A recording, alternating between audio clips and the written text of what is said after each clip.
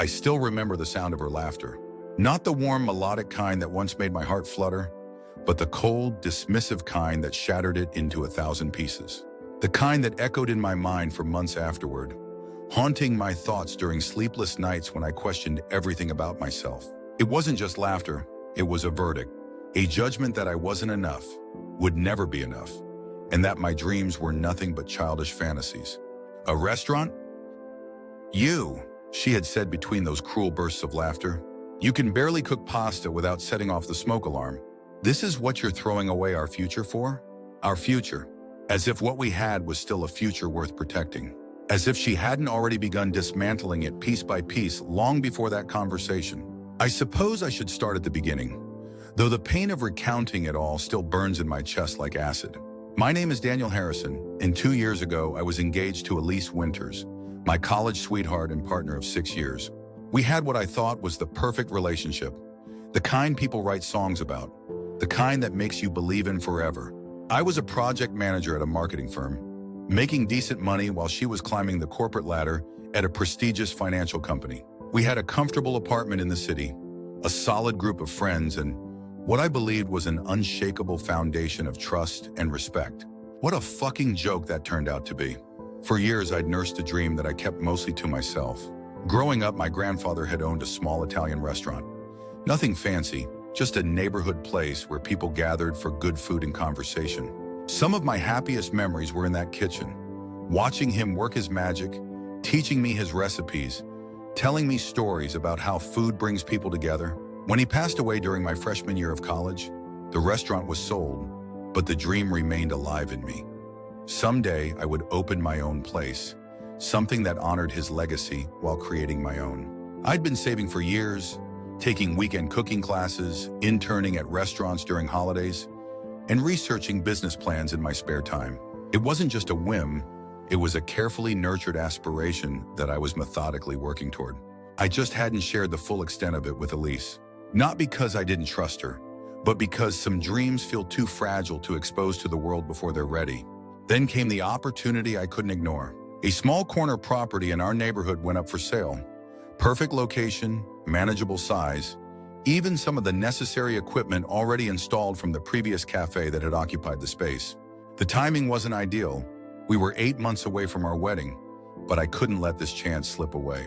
So I decided to finally share my dream with Elise, hoping she would understand, maybe even be excited for me. I planned it perfectly. A homemade dinner featuring my grandfather's recipes, a bottle of her favorite wine, and a detailed business proposal I'd been refining for months. I even had projections showing we could still afford the wedding and honeymoon if I used only my personal savings and a small business loan. I've been meaning to talk to you about something important, I said after dinner, my heart pounding as I poured her another glass of wine. There's this opportunity that's come up, and it's something I've been working toward for a long time. Her face shifted immediately, a smile spreading across her lips. Is it the promotion? Did Matthews finally recognize you deserve his job? I shook my head. No, it's not about the firm. Actually, it's about starting something new. I took a deep breath. There's a property for sale on Maple Street, where that little cafe used to be. I've been looking into purchasing it to open a restaurant. The silence that followed was deafening. Elise's expression moved through confusion, then disbelief, then something else. Something I couldn't quite place at the time, but now recognize as contempt. A restaurant, she repeated flatly. Not a question, just a statement loaded with judgment. Yes, I pushed forward, reaching for the folder containing my business plan. I've been working on this for years, actually. I've taken cooking classes, interned at Salvatore's on weekends, built relationships with suppliers. I've got projected numbers here that's when it happened. The laugh. It started small, a snort, really, then grew into full-throated laughter that seemed to fill our entire apartment. I sat frozen, the folder half open in my hands, watching as the woman I loved laughed at my dream as if it were the most ridiculous thing she'd ever heard. A restaurant? You? She wiped a tear from her eye. You can barely cook pasta without setting off the smoke alarm. This is what you're throwing away our future for? I'm not throwing away anything, I said, my voice suddenly small. This is important to me, Elise. It's been my dream since when? You've never mentioned wanting to be a chef or own a restaurant. She took a long sip of wine, her eyes narrowed. Is this some kind of midlife crisis? Because you're a bit young for that, don't you think? It's not a crisis. It's something I've always wanted. Something connected to my grandfather. Your grandfather's restaurant failed, Daniel. Her voice was ice now. Your mother told me it was losing money for years before he died. Is that what you want? To drain our savings into some vanity project that'll be closed within a year? That stung. Not just because she was dismissing my dream, but because she was wrong. My grandfather's restaurant hadn't failed. He'd closed it when his health declined because he couldn't bear to sell it to strangers. But Elise had created her own version of the story, one that fit her narrative of my foolishness. That's not true, I said, feeling a heat rising in my chest. And this isn't a vanity project. I've done the research. I have the skills. Skills? Another laugh, shorter but somehow more cutting. Daniel, be serious. You're good at your job. You're on track for a promotion. We're getting married, looking at houses in the suburbs. And now you want to throw all that away to play chef? What about our plans? For the wedding? The house? Children? None of that has to change. I insisted, pushing the business plan toward her. If you just look at the numbers. She pushed the folder away without even glancing at it. I don't need to see numbers to know this is a mistake. A massive, life-altering mistake. We argued for hours. I tried every approach. Emotional appeals, logical arguments, even suggesting a compromise where I'd start small with a catering business. Nothing penetrated the wall of dismissal she directed. By midnight, we were both exhausted, and she delivered what she clearly thought was her final word on the matter. I'm not supporting this, Daniel. If you go forward with this restaurant fantasy, you're doing it alone. I didn't sleep that night. I lay awake beside her, staring at the ceiling, feeling as though I was seeing my relationship clearly for the first time. Had she always been this dismissive of my ideas? Had I just never noticed because I'd never presented anything that deviated from her planned trajectory for our lives? The next few weeks were tense. I continued researching the property, meeting with the realtor and potential investors, refining my business plan. Elise treated these activities with a mixture of disdain and disbelief, as if she were watching a child go through a phase that would soon pass. She would ask pointed questions about wedding vendors or house listings, clearly trying to redirect my focus to what she considered our real future. Then came the night that truly changed everything. I'd been working late, finalizing a presentation for a potential investor, when I decided to surprise Elise by picking up dinner from her favorite sushi place.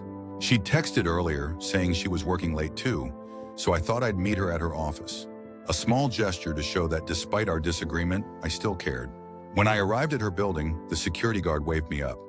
He knew me from my frequent visits over the years. I balanced the takeout bags in one hand as I made my way to the elevators, rehearsing what I would say. Maybe this could be a peace offering, a way to start a more productive conversation about our future. The finance department was mostly empty, just a few junior analysts hunched over spreadsheets. Elise's office light was on, her door slightly ajar. I approached quietly, planning to surprise her, when I heard voices, hers and a man's, punctuated by low laughter. I hesitated, not wanting to interrupt if she was in a meeting, but then I heard her say something that stopped me cold. He actually thinks he's going to open a restaurant. Can you believe it? More laughter, not just hers this time. What are you going to do about it? The male voice asked. Nothing. It'll fall apart on its own. Daniel's all dreams and no follow-through. Remember when he talked about running that marathon? Or learning Spanish? He never sticks with anything difficult. The sushi bag suddenly felt heavy in my hands. I stood frozen, unable to move closer or retreat. And if he does go through with it? The man again, his tone teasing. A pause. He won't, but if he tries, well, I have ways of bringing him back to reality. He's not going anywhere, James. Trust me. Another pause, then sounds I couldn't mistake. The rustle of clothing, a soft moan, the unmistakable sound of kissing. I backed away silently, my mind refusing to process what I just heard. I made it to the elevator before the reality hit me like a physical blow. Elise was cheating on me. And not just physically. She was betraying the very foundation of what I thought we had. Mutual respect, support, understanding. I don't remember the drive home. I don't remember much of anything except sitting in our dark apartment, the untouched sushi on the coffee table in front of me, waiting for her to return. When she finally did around midnight, she had a practiced explanation about a client emergency and a forced cheerfulness that made me sick to my stomach. "You're up late," she said, slipping off her heels. "Everything okay?" I looked at her, really looked at her, and wondered how I could have missed the signs. The late nights, the increased privacy with her phone, the subtle change in how she dressed for work. But most of all, the way she'd been dismissing my dreams, as if keeping me small somehow served her purposes. "I brought you sushi," I said, my voice strangely calm. "Your favorite, from Takeshi's." Her eyes fell on the bags, and for a moment, confusion crossed her face. Then understanding dawned, followed quickly by calculation. I could see her mind working, trying to determine exactly what I knew and how to spin it. "That was thoughtful," she said carefully. "Did you come by the office?" "I did. I was in meetings all evening. Client crisis. I'm sorry I missed you." I nodded slowly. With James, the color drained from her face. For a second, she looked like she might deny it, but something in my expression must have told her it was useless. "Daniel," she started, her voice taking on that soothing tone she used when she thought I was being irrational. "It's not what you think. James and I were working on the Hendricks account, and things got a little friendly. It was a mistake, a one-time thing that meant nothing." "Don't." I held up my hand. "I heard enough to know it wasn't the first time. And I heard what you said about me. About my dreams." She sat down heavily on the armchair across from me. "You have to understand, I was just venting. Everyone complains about their partner sometimes. Venting to the man you're sleeping with? About how pathetic your fiancé's dreams are? About how you have ways of controlling me?" My voice remained eerily steady, even as I felt something breaking loose inside me. "That's not fair," she protested. "You're taking things out of context. Yes, I've been frustrated with this restaurant fixation, but only because I care about our future. And James, that was a mistake. A stupid mistake that won't happen again." I looked at our apartment, the framed photos of us smiling on vacations, the wedding magazines stacked neatly on the bookshelf, the life we'd built that now seemed like an elaborate lie. "How long?" I asked. She looked away. "It doesn't matter." "How long?" A sigh. 3 months. But it's not serious. It's just physical, I supplied. "Convenient? A way to pass time while your pathetic fiancé dreams about restaurants?" "That's not fair," she repeated, tears starting to well in her eyes. I wondered if they were genuine or just another performance. "I love you, Daniel. I want our life together. This thing with James, it's nothing. We can work through this." I stood up, suddenly needing to move, to do something with the energy coursing through me. "You know what's strange? I'm not even angry about James. I mean, I am, but that's not what hurts the most." I turned to face her. "What hurts is that you laughed at my dream. You dismissed something that matters deeply to me without even trying to understand it. That's who you really are, Elise. Someone who tears down rather than builds up." "That's not true," she protested, the tears flowing freely now.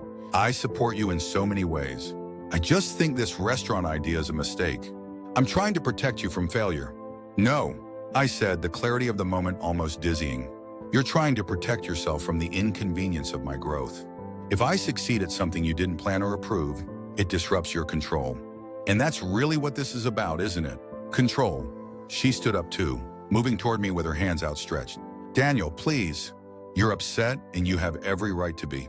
But don't throw away 6 years over one mistake. We can fix this. Go to counseling, rebuild trust." I stepped back, avoiding her touch. "There's nothing to fix, Elise. You showed me who you really are, both with James and with how you treated my dreams. And I'm showing myself who I really am by walking away." "You don't mean that," she said, her voice taking on a harder edge. "Where will you go?" "What will you do? You're being impulsive." I laughed then, not cruelly, but with genuine amusement at the irony. "Impulsive? I've been planning a restaurant for years. I've been building toward this dream while you apparently built toward a future with someone else. I'm not the impulsive one here." I walked to our bedroom and pulled out the duffel bag we used for weekend trips. I started packing methodically. Clothes, toiletries, my laptop, the folder with my business plan. Elise followed me, alternating between tearful pleas and cold assessments of how I'd regret this decision. "You're making a huge mistake," she said as I zipped the bag closed. "You'll come crawling back when this restaurant fantasy falls apart, and I don't know if I'll be waiting." I looked at her, this woman I'd thought I would spend my life with, and felt nothing but a hollow ache where love had been. "That's the difference between us, Elise. I don't expect you to wait. I don't want you to wait, because I won't be coming back. I walked out that night with just the duffel bag and a clarity I hadn't felt in years. I checked into a hotel downtown, and as I lay in the sterile room staring at the ceiling, I didn't feel the crushing despair I'd expected. Instead, I felt something like relief, coupled with a cold, hard determination that surprised me with its intensity. She had laughed at my dreams, mocked them, belittled them, and in doing so, she'd released me from any obligation to include her in my future. The engagement was over, but my dream was very much alive. And for the first time, I didn't have to filter it through someone else's expectations or limitations. That night, I made a promise to myself I would build my restaurant. I would make it successful. And someday, somehow, Elise would see what she had dismissed so carelessly. Not because I wanted her back, that door was firmly closed, but because I needed to prove to myself that her laughter hadn't defined me. Little did I know how completely that promise would transform my life. The next morning, I called in sick to work, then contacted a real estate lawyer about the property on Maple Street. By noon, I had an appointment to see it that afternoon. By evening, I had made an offer, contingent on inspection and financing. The speed with which I moved surprised even me, but it felt right, as if all the research and planning I'd done over the years had prepared me for exactly this moment. Within days, I had found a small furnished apartment to rent month to month, just 6 blocks from the restaurant property. I moved my essentials from the hotel, creating a sparse but functional living space that suited my new focus. Every surface soon became covered with notes, sketches, supplier catalogs, and recipe drafts. The place wasn't much to look at, but it didn't need to be. It was simply a base of operations for what had become my singular mission. Of course, Elise didn't let go easily. The text started almost immediately. First apologetic, then angry, then manipulative. When I didn't respond, she enlisted our mutual friends who called with concern about my rash decision and mental state. It became clear that she was controlling the narrative, painting herself as the victim of my midlife crisis and impulsive behavior. I let her have that victory. Let her friends think what they wanted. I had more important things to focus on. The property inspection went well, a few electrical issues to address, but nothing that would derail the purchase. The bank approved my loan based on my excellent credit and the substantial savings I'd accumulated over the years. 3 weeks after walking out of our apartment, I signed the papers making me the owner of 1432 Maple Street, the future home of Harrison's. My boss at the marketing firm was surprisingly understanding when I gave my notice. He'd seen my passion for food whenever I organized company events or brought in homemade dishes for potlucks. "I always thought you were in the wrong field," he admitted, "though I hoped we'd keep you longer." He even offered to help with branding and initial promotion as a parting gift. An unexpected kindness that brought me close to tears in his office. As word spread about my career change, I began to see the division in my social circle. Some friends disappeared entirely, clearly choosing Elise's side in the breakup. Others were cautiously supportive with frequent comments like, "It's your life," but that revealed their doubts. But a precious few, showed genuine excitement for my venture, offering help with painting, moving furniture, testing recipes, whatever I needed. Among those supporters was Sarah Chen, a food blogger I'd met at one of the cooking classes I'd taken years earlier. We'd kept in loose contact, occasionally commenting on each other's social media posts about restaurants or recipes. When she heard about Harrison's, she immediately messaged me offering to document the journey from empty space to opening night for her blog, which had a significant local following. "People love an underdog story," she explained over coffee in my half-renovated space, the air still thick with paint fumes. "Former corporate guy risks it all to follow his passion? That's content gold. Plus, it'll generate buzz before you even open." I hesitated, worried about exposing my fledgling dream to public scrutiny so early. What if it fails? What if I'm not ready for people to watch this process? Sarah's response changed everything. First, it won't fail. Not with the planning you've done. Second, people connect with vulnerability and authenticity. Let them see the struggle, the setbacks, the moments of doubt. It makes the eventual success that much more powerful. So began Sarah's Harrison's Journey, series on her blog and Instagram. Weekly updates with photos, short videos, even time-lapse footage of the renovation progress. She interviewed me about my inspirations, my grandfather's influence, my vision for the space. She documented the day the sign went up, the arrival of the custom-built bar, the first time I cooked a complete meal in the new kitchen. Her followers ate it up, commenting with encouragement and sharing the posts across their own networks. Locals began stopping by the still-closed restaurant, peering through the windows, offering thumbs up when they saw me working inside. The series created a community invested in my success before I'd served a single paying customer. It also created something I hadn't anticipated, a shield against Elise's narrative. As Sarah's documentation gained traction, it became increasingly difficult for anyone to view my decision as impulsive or ill-conceived.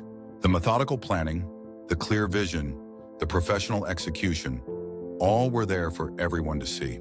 Without directly addressing the breakup, I was rewriting the story Elise had tried to tell about me. Of course, there were setbacks. The electrical issues proved more extensive than initially thought, eating into my contingency budget. A key supplier backed out at the last minute, forcing me to scramble for alternatives. The health inspector found 3 issues that delayed my opening by 2 weeks. Through it all, Sarah documented the challenges alongside the triumphs, creating a narrative that felt honest rather than curated. 4 months after signing the papers, Harrison's was ready to open. The space was transformed. Warm lighting, comfortable seating for 40, an open kitchen where customers could watch their food being prepared, and a bar area that showcased local wines and craft beers. The menu was tight and focused. 12 main dishes inspired by my grandfather's recipes but updated with contemporary techniques and presentations. Every element reflected my vision.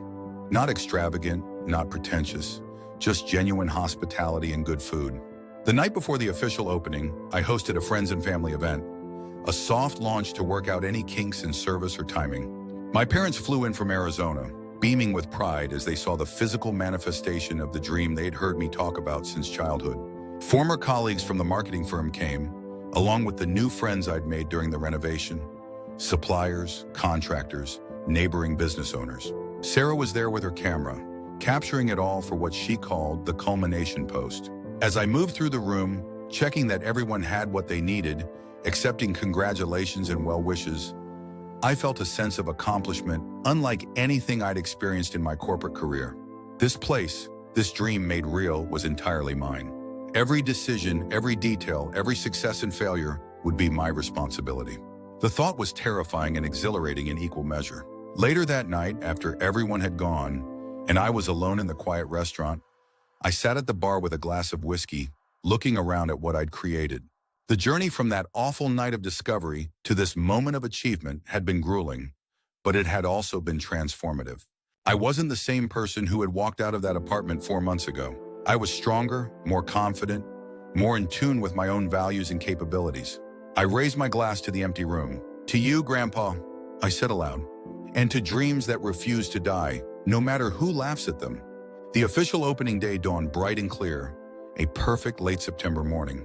Thanks to Sarah's blog series and some local press coverage she'd arranged, we had reservations for both lunch and dinner service. I arrived at dawn, preparing alongside the small but talented staff I'd assembled. A sous chef with fine dining experience who was tired of the toxic environment in high-end kitchens, 2 line cooks fresh from culinary school, eager to learn, and front-of-house staff who shared my vision for warm, unpretentious service. The lunch service went smoothly. Not perfect, but remarkably good for a first day. The dinner rush was more challenging, with a few timing issues in the kitchen and a minor mishap with a wine delivery.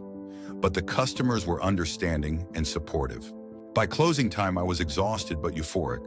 We had done it. Harrison's was real, operational, and by all accounts, a success. That night, as I was reviewing the day's receipts and making notes for improvements, my phone buzzed with a text from an unknown number. Probably a wrong number, I thought, but I checked it anyway. The message was brief. "Saw your restaurant open today. Looks like you're doing well. Congratulations." No name, but I didn't need one. I knew it was Elise. The realization didn't bring the flood of emotions I might have expected. No anger, no vindication, not even satisfaction. Just a mild curiosity about why she'd reached out now, after months of silence. I didn't respond. There was nothing to say. She wasn't part of this story anymore. Not the betrayal, not the struggle, and certainly not the success. Whatever game she was playing by reaching out now, I refused to participate. In the weeks that followed, Harrison's found its rhythm. Word of mouth spread, helped by Sarah's continued coverage and several positive reviews in local food blogs. We weren't setting the culinary world on fire, but we were building a loyal customer base who appreciated our authentic approach and consistent quality. I worked relentless hours, often opening and closing the restaurant myself, but it never felt like the drudgery my corporate job had become. Even on the hardest days, there was purpose in the exhaustion. Then came the night that shifted everything again. It was a Thursday, typically one of our quieter evenings, when I noticed a familiar face at a table for two near the window. James, the man from Elise's office, the one she'd been having an affair with, was seated with a woman I didn't recognize. They were engaged in conversation, seemingly on a date, oblivious to my presence behind the bar where I was helping our overwhelmed bartender through a sudden rush. My first instinct was anger. How dare he come into my space, my dream made real with another woman no less. But as I watched them, the anger faded into something closer to curiosity. They didn't seem particularly intimate. Their body language suggested a first or second date rather than an established relationship. I wondered if things had ended between him and Elise, or if this was just another facet of whatever complicated arrangement they had. I instructed one of the servers to handle their table. I had no desire for a confrontation or even an awkward recognition, and returned to my duties.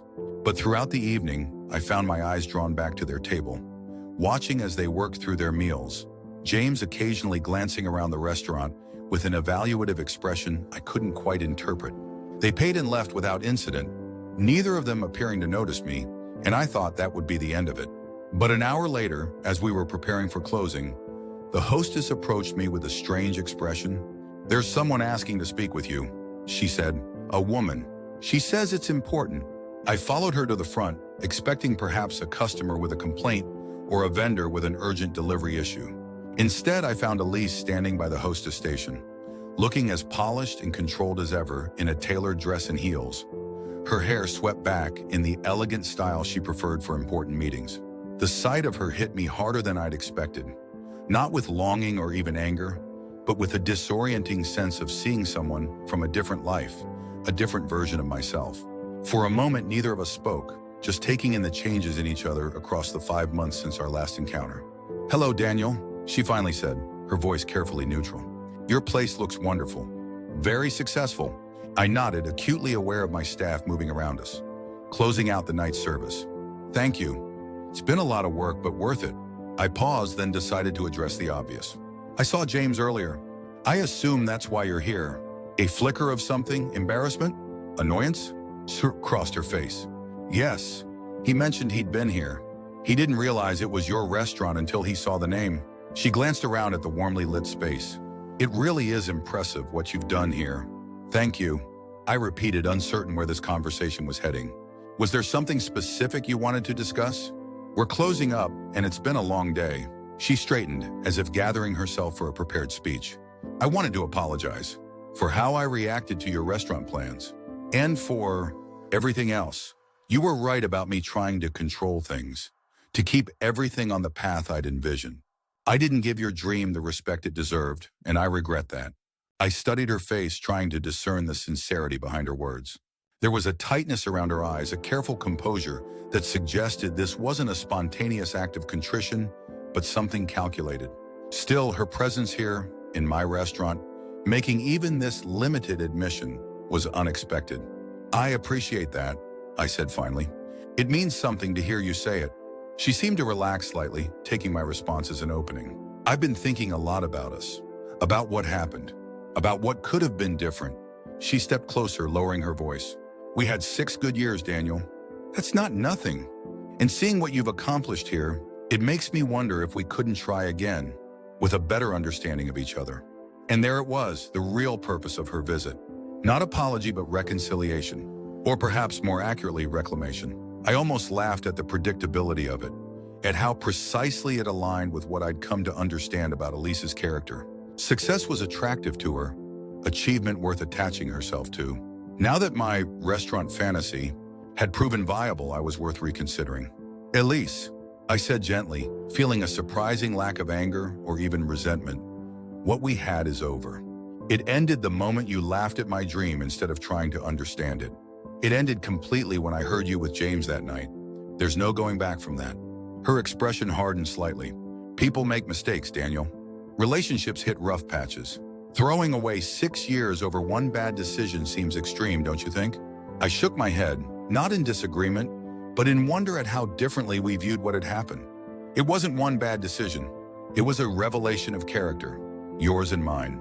You showed me who you really are, and I showed myself what I'm capable of by walking away. I gestured around at the restaurant. This place exists because I left, because you laughed at my dream, and I decided to prove it wasn't laughable. Her composure slipped then, revealing a flash of the calculation beneath. And is that what this is about? Proving me wrong? Showing me what I missed out on? A hint of the old dismissiveness crept into her tone. Because if that's the case, congratulations. You've made your point. But is running a restaurant really going to be enough for you in the long term? The question was so perfectly Elise. The implication that my dream, now achieved, was somehow lesser than what she could offer, that I would eventually tire of it and regret my choice. In that moment, I saw with absolute clarity how fundamentally incompatible we had always been, not just in our dreams but in our values. This isn't about you, Elise, I said, surprised by the gentleness in my own voice. It never was. It's about me honoring a part of myself I kept hidden for too long. And yes, running this restaurant is enough. More than enough. It's what I was meant to do. She stared at me for a long moment, as if seeing a stranger. Perhaps she was. The Daniel she had known, the one who would have compromised his dreams to keep her happy, who would have forgiven an affair to preserve the relationship, no longer existed. I see, she said finally, gathering her purse more tightly against her side. Well, I won't take up any more of your time. The food was excellent, by the way. James thought so too, though he wouldn't admit it to me directly. I nodded, accepting the compliment without comment on James. Thank you for coming by, Elise. I wish you well, truly. She turned to leave, then paused, looking back over her shoulder. You know, when you left, everyone thought you'd fail, that you'd come crawling back within months. A small, tight smile. I told them you wouldn't. Whatever else was wrong between us, you were always stubborn about the things that mattered to you. With that, she walked out, the door closing softly behind her. I stood there for a moment, absorbing the strangeness of the encounter, the unexpected closure it provided. She had come looking for something. Validation, perhaps, or second chance at a now-proven success story. Instead, she'd found me, wholly and contentedly myself, no longer defined by her expectations or judgments. As I turned back to help my staff with closing procedures, I caught Sarah watching me from across the room. She'd been there for a late dinner meeting with a potential collaborator and had evidently witnessed the entire exchange. Ex-fiancé? She asked as I approached, though her tone suggested she already knew the answer. I nodded. Came to offer congratulations and to see if I was interested in reconciliation. Now that the restaurant has proven successful, Sarah's eyebrows rose. Wow, that's something. How do you feel? I considered the question seriously, taking stock of my emotional state. Relieved, I said finally. Like the last piece of unfinished business is now complete. She laughed at my dream once. Tonight she had to acknowledge its reality. Sarah studied me for a moment, then smiled. You know, when I started documenting Harrison's journey, I thought it was a story about a restaurant. But it's really about you, isn't it? About becoming the person you were meant to be all along. Her words struck me with their accuracy. This journey had never been just about proving Elise wrong, or even about honoring my grandfather's legacy. It had been about claiming my own identity, about shedding the compromises and accommodations that had slowly eroded my sense of self over the years. I think you're right, I admitted. Though the food's pretty good too. She laughed and we finished closing up together, talking about the next feature she wanted to do on seasonal menu changes. As I locked the door behind us, looking up at the sign bearing my name, I felt a profound sense of peace. The woman who had once laughed at my dreams had just witnessed their fulfillment. Not because I needed her validation, but because life has a way of bringing things full circle. Walking home that night, I realized something important. Revenge, real revenge, isn't about hurting the person who hurt you. It's about refusing to let their judgment define you. It's about building something so undeniably yours that their laughter is revealed as the hollow thing it always was. Elise had laughed at my dreams. Now she was watching me live them without her, and that was revenge enough. Or so I thought at the time. I had no idea that the real story, the one that would truly force Elise to confront what she had dismissed so carelessly, was just beginning. The next morning, I arrived at Harrison's earlier than usual, my mind still processing the previous night's encounter with Elise. I worked through my opening routine on autopilot, checking deliveries, prepping basic ingredients, reviewing the day's reservations, while mentally replaying our conversation, analyzing her expressions, her posture, the careful calculation behind her words. I was so absorbed in these thoughts that I nearly missed the envelope the mail carrier pushed through the slot. A thick cream-colored thing addressed to Harrison's, with no return address. Curious, I opened it to find a formal invitation to participate in the city's annual Food and Wine Festival, a prestigious event that typically featured only established restaurants with at least 2 years of operation under their belts. Harrison's, not yet 6 months old, would normally never have been considered. Accompanying the invitation was a handwritten note from the festival director. Your story has captivated our community, and Sarah Chen's documentation of your journey has brought unprecedented attention to local independent restaurants. We would be honored to have Harrison's participate as this year's Rising Star feature. I stood frozen, the invitation in my hand, understanding immediately what this meant. The Food and Wine Festival wasn't just a local event. It attracted critics, investors, and industry professionals from across the region. A successful showing could put Harrison's on the culinary map in a way that might otherwise take years to achieve. It was an opportunity beyond anything I could have hoped for at this stage. It was also terrifying. We were still finding our rhythm, still refining processes and techniques. The festival was just 6 weeks away, barely enough time to develop and perfect a signature dish worthy of such exposure. The pressure would be enormous, and failure would be public and humiliating. As I contemplated the invitation, my phone buzzed with a text from Sarah. Food and Wine Festival? Tell me you're saying yes! Apparently, news traveled fast in food blogger circles. Before I could respond, she called, her excitement palpable through the phone. This is huge, Daniel. Do you know how rare it is for them to invite a new restaurant? This could change everything for Harrison's. It could also be a disaster if we're not ready, I countered, voicing my biggest fear. We're still working out kinks, Sarah. The festival crowd is sophisticated, demanding. If we fall short, you won't, she interrupted firmly. Look, I've eaten here at least twice a week since you opened. I've brought critics, other bloggers, industry people. Everyone says the same thing. Harrison's has heart. Technique can be refined, but heart can't be taught. That's why they want you. Her confidence was infectious. And by the end of our conversation, I found myself agreeing to accept the invitation. I gathered my small team that afternoon to share the news, watching their expressions shift from shock to excitement to determination as they processed what this opportunity meant for all of us. We'll need a signature dish, I told them, something that represents everything Harrison stands for. Connection to tradition, but with our own perspective. Something that tells our story in a single plate.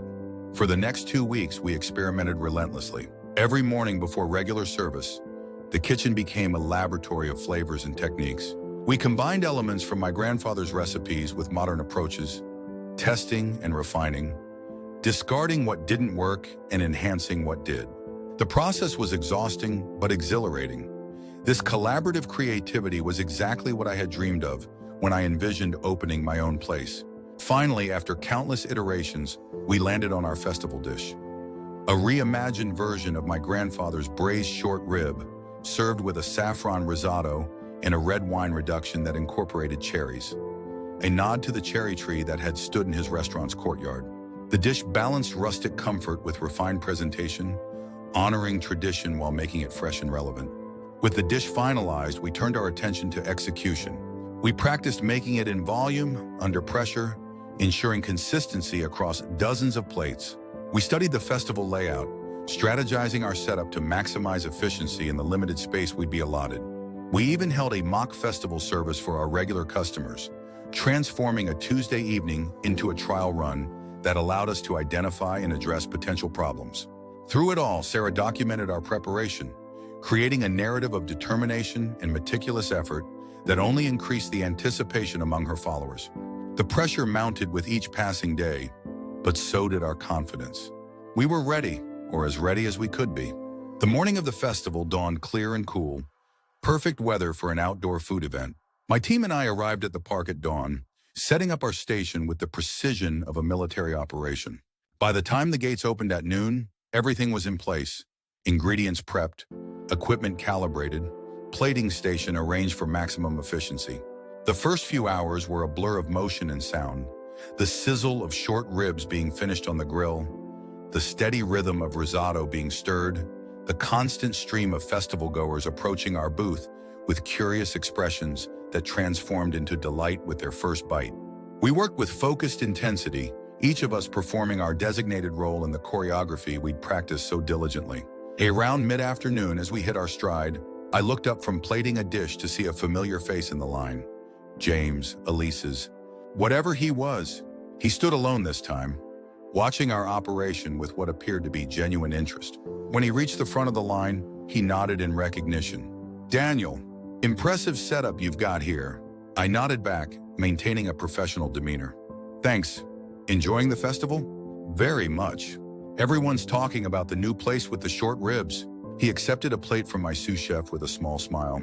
"Including some people you might be interested to know about." Before I could ask what he meant, he moved on, making way for the next customer. I pushed the cryptic comment from my mind, refocusing on the work at hand. There was no time for distractions or puzzles. We had a service to complete. By late afternoon, we had served over 200 portions and were beginning to run low on supplies. A good problem to have at such an event. The festival organizers had been by twice, clearly pleased with the crowd's response to their rising star selection. Sarah had been documenting everything, her Instagram stories generating real-time buzz that kept our line consistently long. As we prepared for the final push of service, I noticed a small commotion near the entrance to our area. A group of people in business attire were being escorted through the festival by the event director, stopping at select booths for extended tastings and discussion. Industry VIPs, most likely. Critics, investors, restaurant group representatives. The kind of people who could elevate a restaurant's profile overnight with the right word in the right ear. My heart rate accelerated as they approached our station. This was the exposure we had hoped for, the real opportunity within the opportunity. I signaled to my team to prepare our best presentation yet, wanting every element to be perfect for these crucial evaluations. As the group gathered around our booth, I recognized several faces from industry publications and restaurant investment firms. And then stepping into view from behind a tall man in a charcoal suit was Elise. She wore the expression I knew well from her corporate events. Poised, professional, subtly commanding. She was clearly part of this VIP group, though in what capacity I couldn't immediately determine. Our eyes met across the serving counter, and I saw the brief flash of surprise before she composed herself. The festival director made introductions. "This is Daniel Harrison, owner and head chef of Harrison's. As I mentioned, they're our Rising Star feature this year. Less than 6 months in operation, but already developing a remarkable following." He turned to me. "Daniel, these are some of the premier restaurant investors and critics in the region. They're very interested in what you've created." I greeted the group professionally, explaining our dish and its connection to my grandfather's legacy as my team prepared tastings for everyone. I was acutely aware of Elise watching me, her expression unreadable, but I kept my focus on presenting our food and story with confidence and authenticity. As the group tasted, their reactions were immediate and enthusiastic. The critic from the regional food magazine closed his eyes in appreciation. A woman I recognized as a partner in a restaurant investment group nodded approvingly at her colleague. The festival director beamed like a proud parent. Then one of the men turned to Elise. "What do you think, Elise? This fits the profile we discussed, doesn't it?" She took another small bite, considering it carefully before responding. "It has the authenticity we're looking for. And the story element is compelling." Her eyes met mine. "But sustainability is key. Can this level of quality be maintained consistently?" That's always the question with new operations. I understood then. Elise was representing an investment group, one apparently looking to back promising local restaurants. The realization was so unexpected, so laden with irony, that I almost laughed aloud. Here she was, professionally evaluating the very dream she had once dismissed as fantasy. "We've designed our processes and training specifically for consistency," I responded, addressing her question as I would any investor's concern. "Our menu is intentionally focused rather than expansive, allowing us to maintain quality across all offerings. And we've built relationships with local suppliers to ensure consistent access to the ingredients that make our dishes distinctive." She nodded, her professional mask firmly in place. "Smart approach. I'd be interested in seeing your operations at the restaurant itself. Perhaps we could arrange a visit?" The tall man in the charcoal suit, evidently her superior in the investment group, nodded approvingly. "Excellent idea, Elise. Mr. Harrison, we're always looking for concepts with expansion potential. If you're open to discussing possibilities, we'd like to continue this conversation in a more formal setting." I maintained my composure, though my mind was racing with the implications. "I'd be happy to meet. My focus has been on establishing this first location properly, but I'm certainly interested in discussing future opportunities. Cards were exchanged, handshakes completed, and the group moved on to the next station, Elise departing with one last unreadable glance over her shoulder. As soon as they were out of earshot, my sous chef leaned toward me. "Was that your ex? The one who said you'd never make it in the restaurant business?" I nodded, still processing the encounter. "The very same. Now apparently working for a restaurant investment group." He let out a low whistle. "Talk about life coming full circle. You gonna take the meeting?" I considered the question as we returned to serving the remaining festival goers. The irony was almost too perfect. Elise, who had laughed at my restaurant dream, now in a position to potentially invest in it. There was a certain poetic justice there, a completion of the narrative arc that had begun that night in our apartment. But there was also a warning bell sounding in the back of my mind. Elise had always been strategic, always thinking several moves ahead. Her presence in that investment group, approaching Harrison specifically, felt too coincidental to be comfortable. "I'll take the meeting," I told my sous chef as we began breaking down our station at the end of service. But with eyes wide open, as we packed up our equipment, Sarah appeared, her camera hanging around her neck, her expression triumphant. "That was incredible. You were the talk of the festival. I've already got 3 magazines wanting to do features." She lowered her voice conspiratorially. "And I saw your ex with that investment group. Did they make an offer?" "Not exactly," I said, filling her in on the exchange. "They want to meet, discuss possibilities. Could be nothing, could be something significant." Sarah's journalistic instincts visibly sparked. "Investment from a group like Beacon Partners would be huge. They only back concepts they believe can scale to multiple locations." She paused, studying my expression. "But you don't seem thrilled about it." I closed the last equipment case before responding. "It's complicated. The opportunity itself is exciting, but Elise's involvement makes me cautious. I can't help wondering about her motivations." Sarah nodded thoughtfully. "Trust that instinct. But also consider that this could be the next chapter of your success story, one where she has to professionally validate the dream she personally dismissed. That's a pretty satisfying narrative arc." She was right, of course. The potential investment represented both opportunity and risk, the chance to expand Harrison's beyond my initial vision, but also the complication of involving Elise in my business future. It would require careful navigation, clear boundaries, and unwavering focus on what was best for Harrison's, not what might feel most vindicating personally.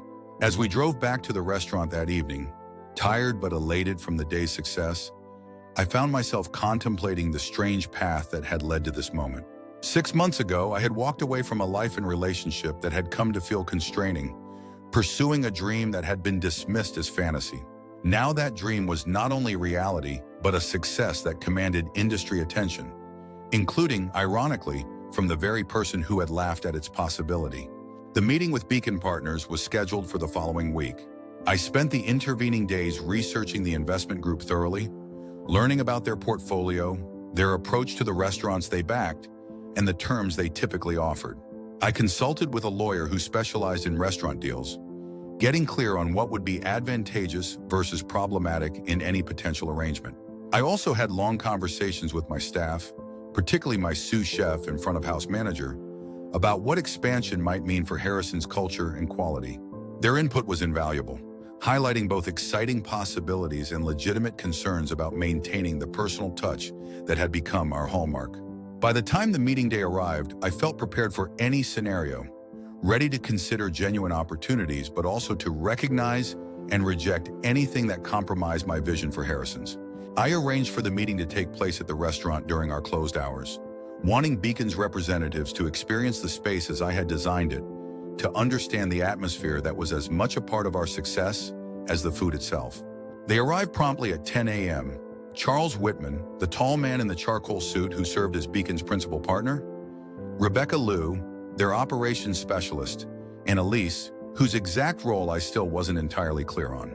I had arranged a simple tasting of our signature dishes, wanting to showcase our food without the festival's time constraints and pressure.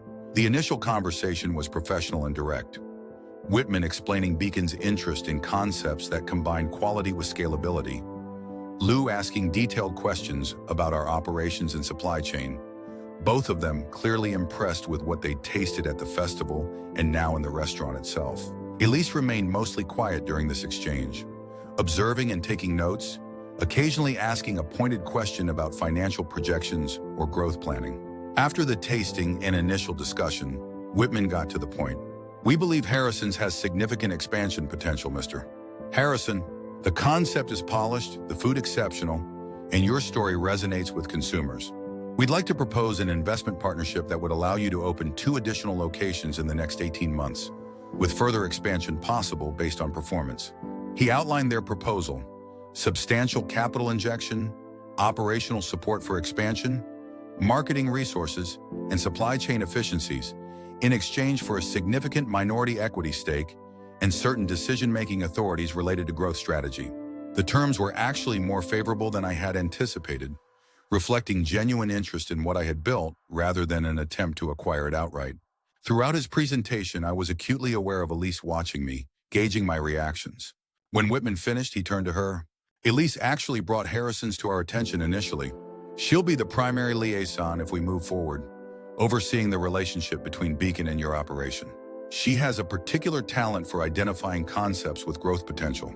I kept my expression neutral, though the revelation that Elise had specifically directed Beacon toward Harrison's confirmed my suspicion that this was no coincidence. I appreciate Beacon's interest in the thoughtfulness of this proposal, I said carefully. Before we discuss specifics further, I'd like to understand something. What is it about Harrison's that you believe would translate well to multiple locations? What's the essence you see as scalable? It was a test question designed to reveal whether they truly understood what made Harrison special or simply saw numbers and processes that could be replicated. To my surprise, it was Elise who answered. Authenticity, she said, meeting my gaze directly. Harrison's isn't just serving food, it's telling a story. Your grandfather's legacy, your journey from corporate life to restaurant ownership. That narrative creates an emotional connection with customers that transcends the typical dining experience. She gestured around the space. You've created something genuine in an industry often dominated by concepts that feel manufactured. That authenticity can be maintained in expansion if it's done thoughtfully, with the right partner who respects your vision. Her answer was unexpectedly perceptive, acknowledging the very element I was most concerned about preserving. I found myself momentarily disarmed by her understanding of what made Harrison's meaningful, an understanding she had once completely lacked, or at least dismissed. Authenticity is indeed central to what we do, I agreed. Any expansion would need to maintain that quality, which means careful growth rather than rapid scaling. Whitman nodded. Precisely why our proposal suggests just 2 additional locations initially, with you maintaining creative control over menu and atmosphere. We provide the operational infrastructure to support growth without diluting what makes Harrison's distinctive. The discussion continued for another hour, delving into specifics of their proposal, my vision for potential expansion, and the practical considerations of maintaining quality across multiple locations. Throughout, Elise remained professionally engaged but personally inscrutable, contributing insights about market positioning and consumer trends without any acknowledgement of our shared history. As the meeting concluded, Whitman and Lou excused themselves to take a call outside, leaving Elise and me alone in the restaurant for the first time since her visit after seeing James there months earlier. For a moment, neither of us spoke, the silence heavy with unaddressed history. "This is a good offer, Daniel," she finally said, her voice softer than it had been during the business discussion. "Better than most concepts at your stage receive. Beacon doesn't typically consider restaurants with less than 2 years of operation, but your festival performance convinced them to make an exception. After you brought us to their attention," I noted, watching her carefully. "Why did you do that, Elise? What's your angle here? A flash of something hurt? Annoyance?" Crossed her face before she composed herself. "Contrary to what you might think, I don't have an angle. I joined Beacon 3 months ago to lead their local investment initiatives.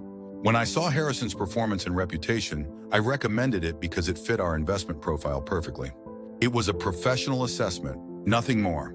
I studied her, trying to discern the truth behind her words. "And the fact that it's my restaurant, the dream you once laughed at, that had nothing to do with your recommendation?"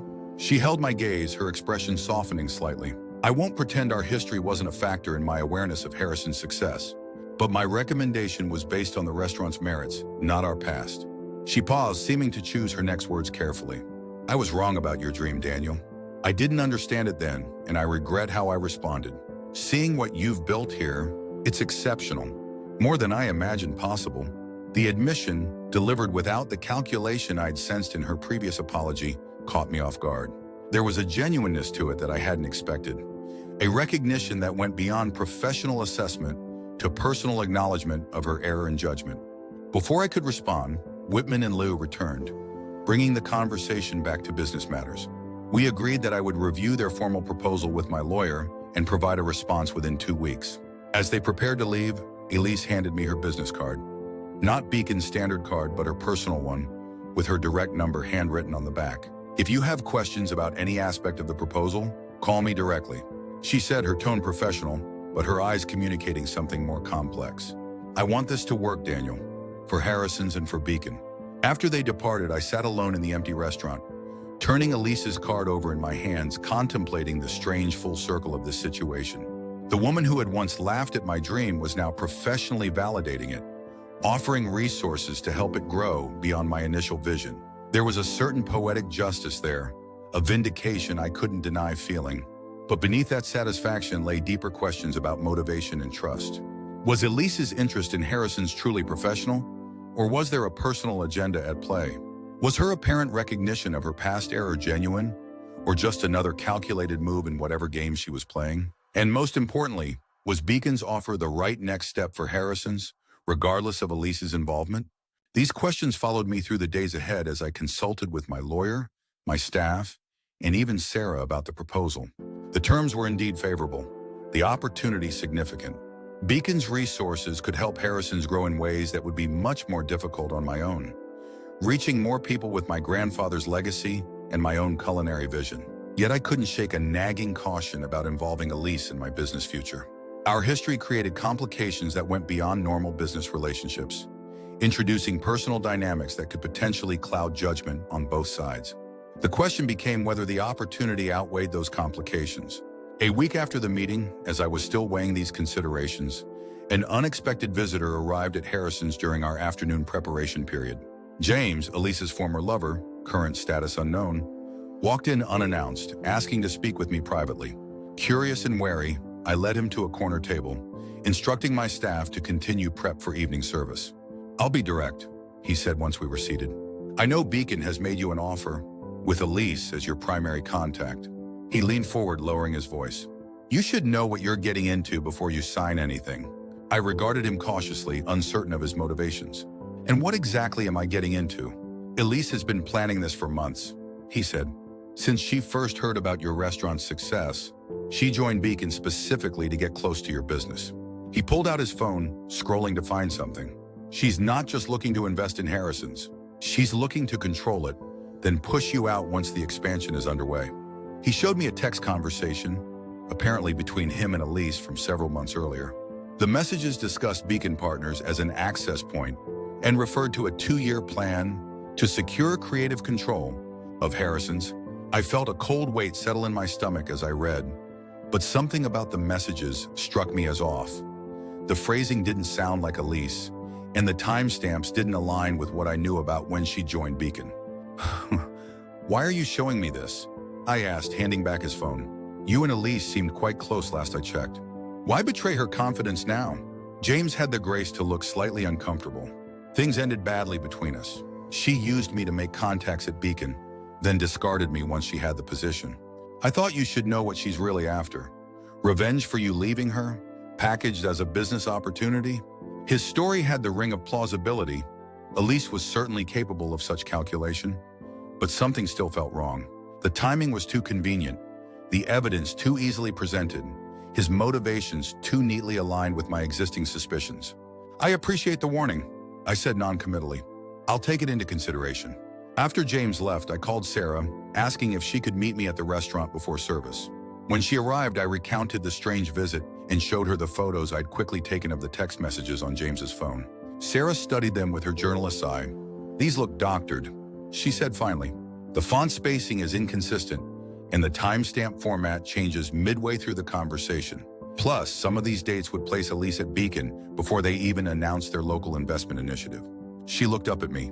"I think James is trying to sabotage whatever's happening between you, Elise, and Beacon." "But why?" I asked, though I was already forming a theory. "Jealousy? Revenge for being discarded, as he put it?"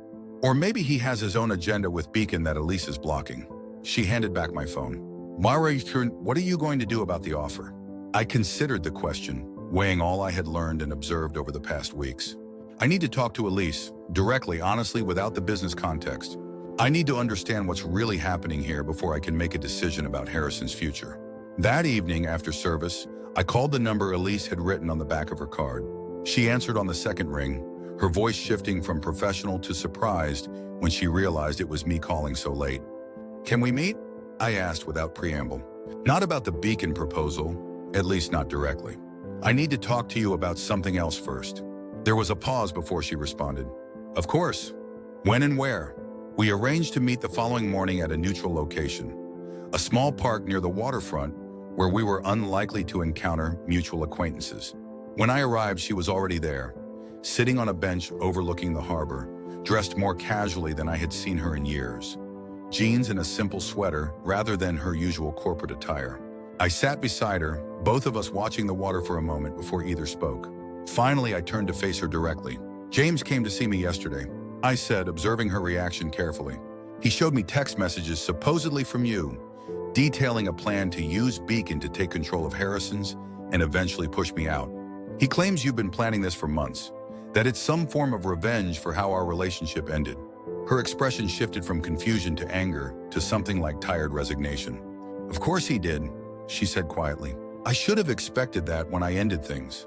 So you were still involved with him until recently? I asked, trying to piece together the timeline. She shook her head. Not in the way you're thinking. After you left, yes. We continued seeing each other for a while. But it became clear quickly that he was more invested than I was. I ended it several months ago, around the time I applied to Beacon. She looked at me directly. The texts he showed you were fabricated, Daniel. I never had any plan to take control of Harrison's or push you out. That's not why I brought the restaurant to Beacon's attention. Then why did you? I pressed. Out of all the restaurants in the city, why focus on mine? She was quiet for a moment, seeming to gather her thoughts. When I first heard about Harrison's success, through Sarah's blog actually, my initial reaction was defensive. I told myself you were just trying to prove me wrong, that it wouldn't last. She smiled ruefully. But then I read the reviews, saw the photos, heard people talking about this new place with heart and authenticity, and despite myself, I was impressed. She turned more fully toward me. I joined Beacon because I was ready for a change from traditional finance. Their focus on local business development aligned with what I wanted for my career. When the opportunity came to recommend concepts for their restaurant portfolio, Harrison's was objectively the best candidate, regardless of our history. Her explanation made rational sense, but I needed more. And what about now? With you as the primary liaison, if I accept their offer, that creates a complicated dynamic, doesn't it? It does, she acknowledged. Which is why I've actually recommended to Whitman that Lou be your primary contact if you move forward with us. I would still be involved in the investment committee, but not as your direct liaison. She met my gaze steadily. I didn't suggest that initially because I wanted the chance to tell you directly that I was wrong about your dream. Seeing Harrison's success, understanding what you've built, it's made me recognize how closed-minded I was, how controlling. That recognition has changed how I approach both my professional and personal life. There was a vulnerability in her admission that felt genuine, far removed from the calculated apology she'd offered in the restaurant months earlier. I found myself believing her, not necessarily trusting her completely, but believing that her motivations weren't as sinister as James had suggested. I appreciate your honesty, I said finally, and your recommendation to have Lou as my contact makes sense. It would create cleaner boundaries. I paused, then decided to ask the question that had been lingering since our first encounter at the festival. Are you hoping this business connection might lead to something personal again? Is that part of your thinking here? She seemed surprised by the directness of the question, then thoughtful. 6 months ago, maybe, when I first saw your success, there was definitely a part of me that regretted how things ended, that wondered, what if? She shook her head slightly. But now, seeing you in your element, understanding what you've created, and how fundamentally different your path is from what I had envisioned for us? No, I don't think we would work anymore, even if you were open to it. We've both changed too much. Her answer brought an unexpected sense of relief. Not because I had feared rekindling something with her, but because it removed a layer of potential complication from the business decision at hand. If her interest was truly professional rather than personal, The Beacon offer could be evaluated on its merits alone. "Thank you for being honest," I said. "It helps clarify things considerably." We talked for a while longer, discussing the specifics of how our professional interaction would work if I accepted Beacon's offer, establishing clear boundaries and expectations. By the time we parted, I felt more confident in my understanding of the situation and in my ability to make a decision based on what was best for Harrison's rather than on personal history or vindication. The following week, after thorough consultation with my lawyer and key staff, I accepted a modified version of Beacon's proposal, one that maintained my creative control while providing the capital and operational support needed for thoughtful expansion. As Elise had suggested, Rebecca Liu became my primary contact, though Elise remained involved in the investment committee overseeing the partnership. The next 6 months were a whirlwind of activity as we prepared for Harrison's expansion.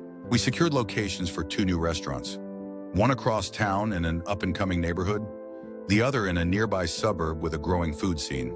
I worked closely with architects to ensure each space captured the warm, authentic atmosphere of the original, while allowing for location-specific elements that would give each its own character. We expanded our team carefully, bringing on talented chefs who shared our philosophy, training them extensively in our recipes and approach. I developed systems to maintain consistency across locations without sacrificing the personal touch that had become our hallmark. Throughout this process, Beacon provided valuable resources and expertise, respecting my vision while helping translate it to a multi-location operation. Elise kept her word about maintaining appropriate professional boundaries. Our interactions were limited to quarterly investment committee meetings, where we discussed performance metrics and growth strategies alongside other Beacon partners and Harrison's executives. She was unfailingly professional in these settings, offering useful insights without attempting to control direction. Whatever personal agenda James had suggested simply never materialized. 10 months after accepting Beacon's investment, we opened the second Harrison's location to enthusiastic reviews and packed reservations. 2 months after that, the third location launched with similar success. Each maintained the essential character of the original, while incorporating unique elements that reflected its specific neighborhood and clientele. Throughout this expansion, Sarah continued documenting our journey, now with a focus on how small, authentic concepts could grow without losing their soul. Her blog series became a case study examined by culinary schools and restaurant entrepreneurs, further elevating Harrison's profile in the industry. On the 1-year anniversary of our partnership with Beacon, we held a celebration at the original Harrison's location, inviting investors, key staff from all 3 restaurants, media representatives, and longtime customers who had supported us from the beginning. The event was a showcase of our journey, from single location to small, successful group, and a thank you to those who had made it possible.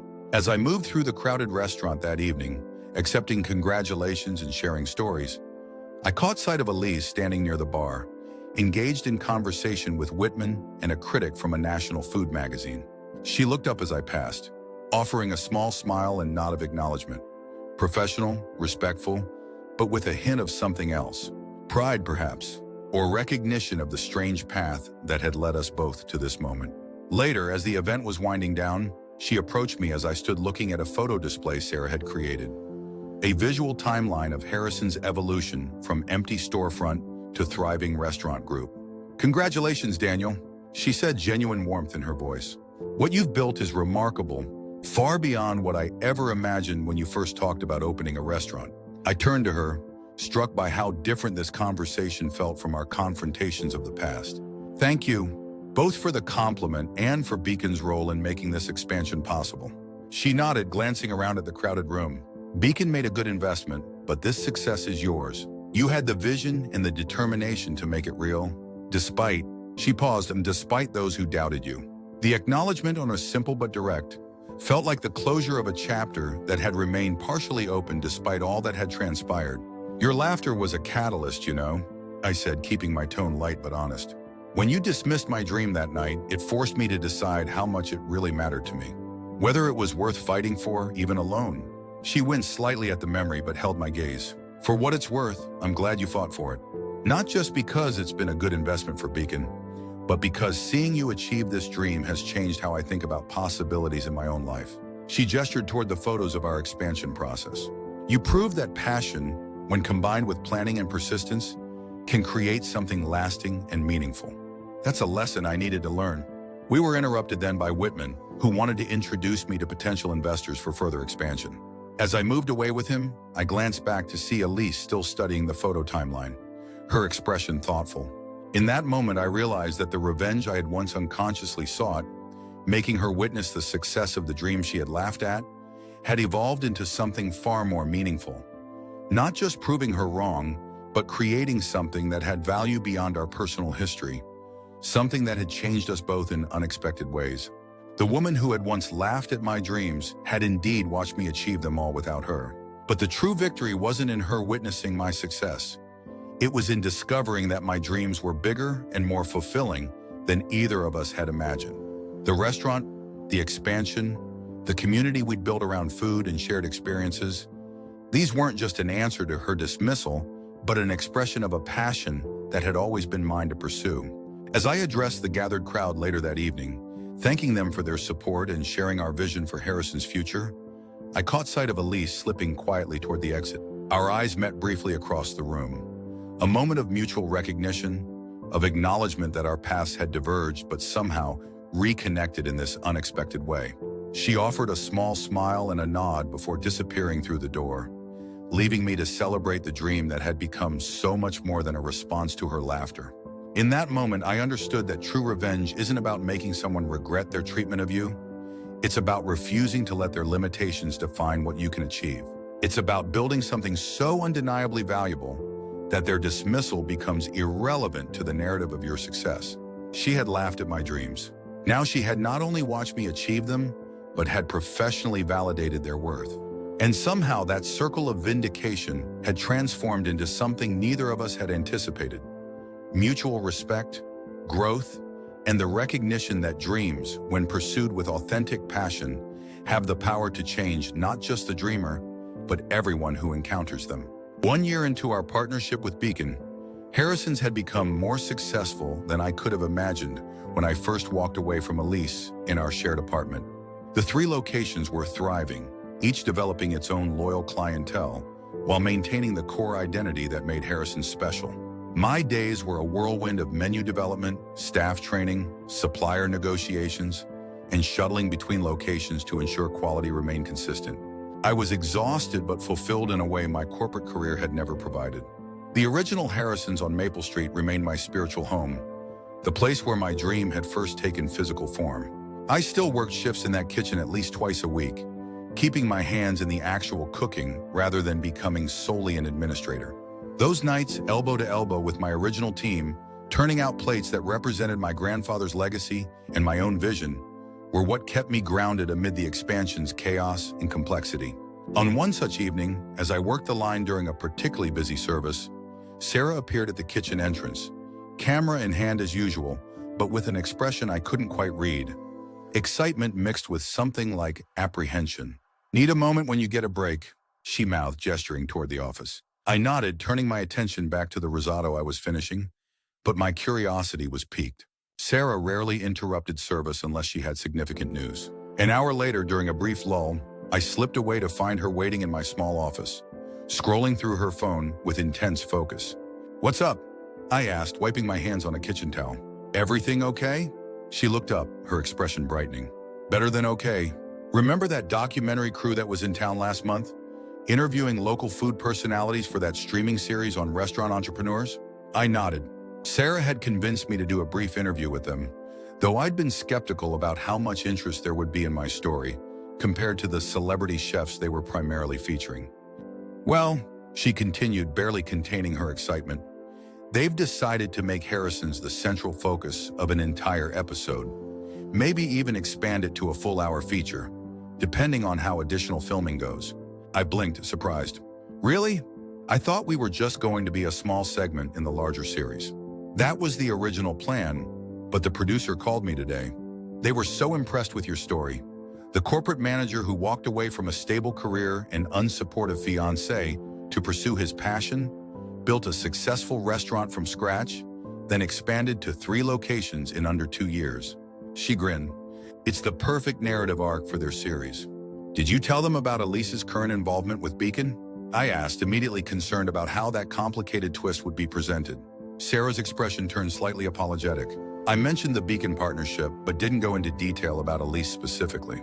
I thought, well, that's your story to tell or not tell, however you want to frame it. I leaned against the desk, absorbing this unexpected development.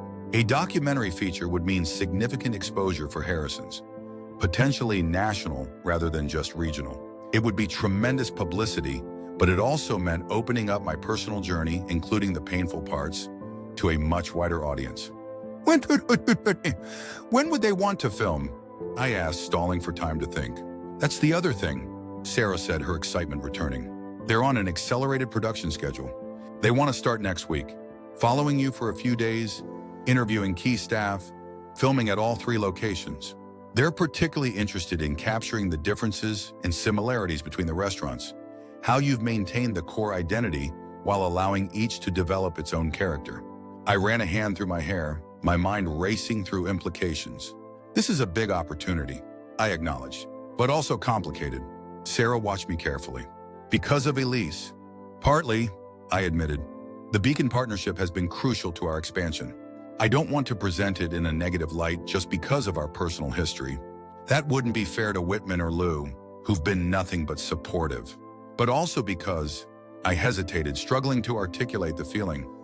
The story they want to tell sounds so neat and clean.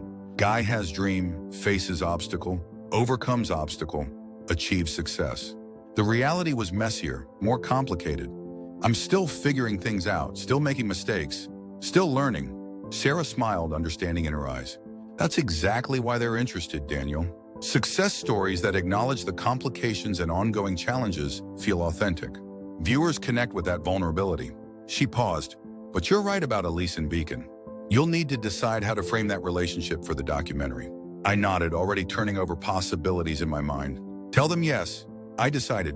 But I want to review how my personal story is presented before anything finalizes. And I'll need to give Beacon a heads up.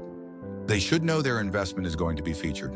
Of course, Sarah agreed, already typing a message on her phone. I'll set up a preliminary meeting so you can discuss parameters with the director before filming starts. After she left, I returned to the kitchen, automatically falling back into the rhythm of service while my mind processed this new development. The documentary would bring Harrisons to a wider audience, potentially opening doors for further expansion or other opportunities. But it also meant revisiting the painful collapse of my relationship with Elise and the complex journey that followed, this time for public consumption. The following morning, I called Rebecca Liu, my primary contact at Beacon, to inform her about the documentary opportunity. She was immediately enthusiastic, recognizing the promotional value for both Harrison's and Beacon's investment strategy. This is excellent timing, she said. We've been discussing potential expansion beyond the current 3 locations, possibly into neighboring cities. This kind of exposure could help establish brand recognition ahead of those moves. About that? I said, carefully choosing my words. The documentary will naturally cover the history of Harrison's, including my personal journey to opening the restaurant. That means addressing my previous relationship and how certain responses to my dream became a catalyst for my decision to move forward alone. There was a brief silence on the line as Lou processed my meaning. You're concerned about how this might affect Elise's position as part of the investment committee? She stated rather than asked. I have no intention of portraying Beacon negatively, I assured her. Your support has been invaluable. But yes, I wanted to be transparent about the fact that my history with Elise will likely be part of the narrative. I appreciate the heads up, Lou said after a moment. I'll speak with Whitman and Elise to ensure everyone's aligned on messaging. Perhaps we can frame it as a redemption story of sorts. Initial skepticism transformed into professional recognition of a viable concept. That's actually quite aligned with our investment philosophy of looking beyond conventional wisdom to identify unique opportunities. Her pragmatic approach was reassuring, though I wondered how Elise would feel about having our personal history aired in a documentary, even in the professional framing Lou suggested. We had maintained carefully respectful boundaries since the Beacon partnership began, neither of us ever referring to our past relationship during business interactions. That framing makes sense, I agreed. I just wanted to ensure there were no surprises. Of course, I'll handle the internal communications. And Daniel? Her tone warmed slightly. Congratulations. This kind of recognition is well-deserved. The documentary crew arrived the following week. A director, 2 camera operators, a sound technician, and a producer who served as my primary point of contact. They began by filming at the original Harrison's, capturing the morning prep routines, the staff interactions, my hands-on involvement in cooking rather than just managing. They interviewed regular customers about what drew them to the restaurant, many of whom mentioned the personal connection they felt to the food and the story behind it. "There's soul here," one elderly woman told the camera. "You can taste the history, the passion in every bite. It's not just about good food, though the food is excellent. It's about feeling connected to something authentic." The director, Sofia Reyes, had a gift for putting people at ease, drawing out natural responses rather than rehearsed statements. She spent hours interviewing me about my grandfather, about my corporate career, about the moment I decided to pursue my restaurant dream despite the obstacles. Inevitably, we reached the part of the story that involved Elise. "Your fiancé at the time wasn't supportive of your restaurant plans," Sofia prompted, keeping her tone neutral. "How did that affect your decision to move forward?" I took a deep breath, conscious of how my words would shape the narrative. "It was a pivotal moment," I acknowledged. "When someone close to you laughs at your dream, literally laughs at it, you face a fundamental choice. You can internalize that judgment and abandon the dream, or you can recognize that their response says more about their limitations than about your potential." "That must have been painful," she observed, "to have someone you love dismiss something so important to you." "It was," I admitted, "but it was also clarifying. It forced me to evaluate how much this dream truly meant to me, whether it was worth pursuing even at the cost of that relationship." I paused, choosing my next words carefully. "What's interesting is how things have evolved since then. The same person who once dismissed my restaurant dream now works for the investment group that funded our expansion to multiple locations." Sofia's eyebrows rose. "That's quite a turn of events.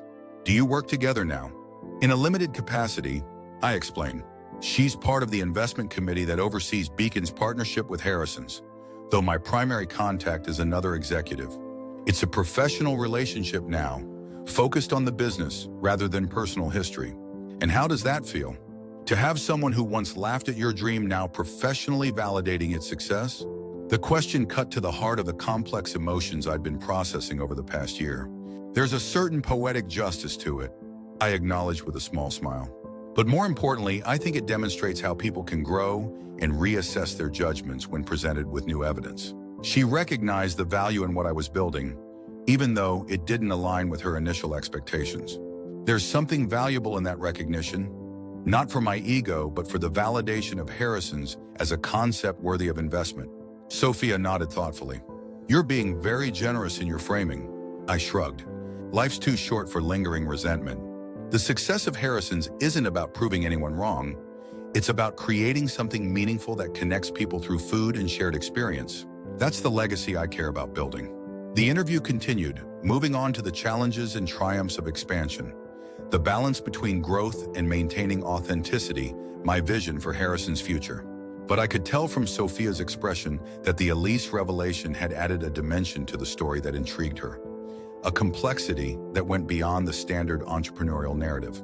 After 3 days of filming at the original location, we moved to the second and third restaurants, capturing the similarities and differences, interviewing the chefs who ran each kitchen under my overall direction, and documenting how we maintain consistent quality while allowing for location-specific innovations. On the final day of shooting, as the crew was packing up their equipment at the third location, Sofia approached me with a thoughtful expression. "There's one element that would really complete this story," she said. "An interview with your former fiancé, now investor, about her journey from skepticism to professional support of your concept. The full circle narrative would be extremely powerful." I froze, caught off guard by the suggestion. "I don't think that's necessary," I said carefully. "The story works without that component." "It does," Sofia agreed, "but it would be so much richer with her perspective included. The transformation from someone who laughed at your dream to someone who helped fund its expansion. That's a compelling arc that complements your own journey." I hesitated, conflicted. On one hand, I had no right to prevent Elise from telling her own version of events if she chose to do so. On the other, involving her directly would complicate the carefully maintained professional boundaries we'd established. "That would be her decision," I said finally. "I won't speak for her or pressure her either way. But if she's willing to participate, I have no objection." Sofia beamed. "Perfect. We've actually already reached out to Beacon about featuring their investment strategy, and Mrs. Winters has tentatively agreed to an interview about their partnership with Harrison's. We just wanted to ensure you were comfortable with her participation before confirming. I blinked, surprised both by their proactive approach and by Elise's willingness to participate. You've already spoken to her, just preliminarily, Sophia assured me. We explained that we'd be focusing on the professional relationship between Beacon and Harrison's, not personal history. But of course, her perspective on seeing the concept develop from initial idea to successful execution would naturally be part of that discussion. I nodded slowly, processing this information. Well, if she's comfortable participating, then I have no objection. As I said, her journey from skepticism to professional support is her story to tell. Sophia squeezed my arm gratefully. This will add so much depth to the documentary. Thank you for being open to it. After the crew departed, I sat alone in the empty restaurant, contemplating this unexpected development. The idea of Elise sharing her perspective on camera, her journey from dismissing my dream to professionally supporting it, stirred complex emotions I thought I'd resolved.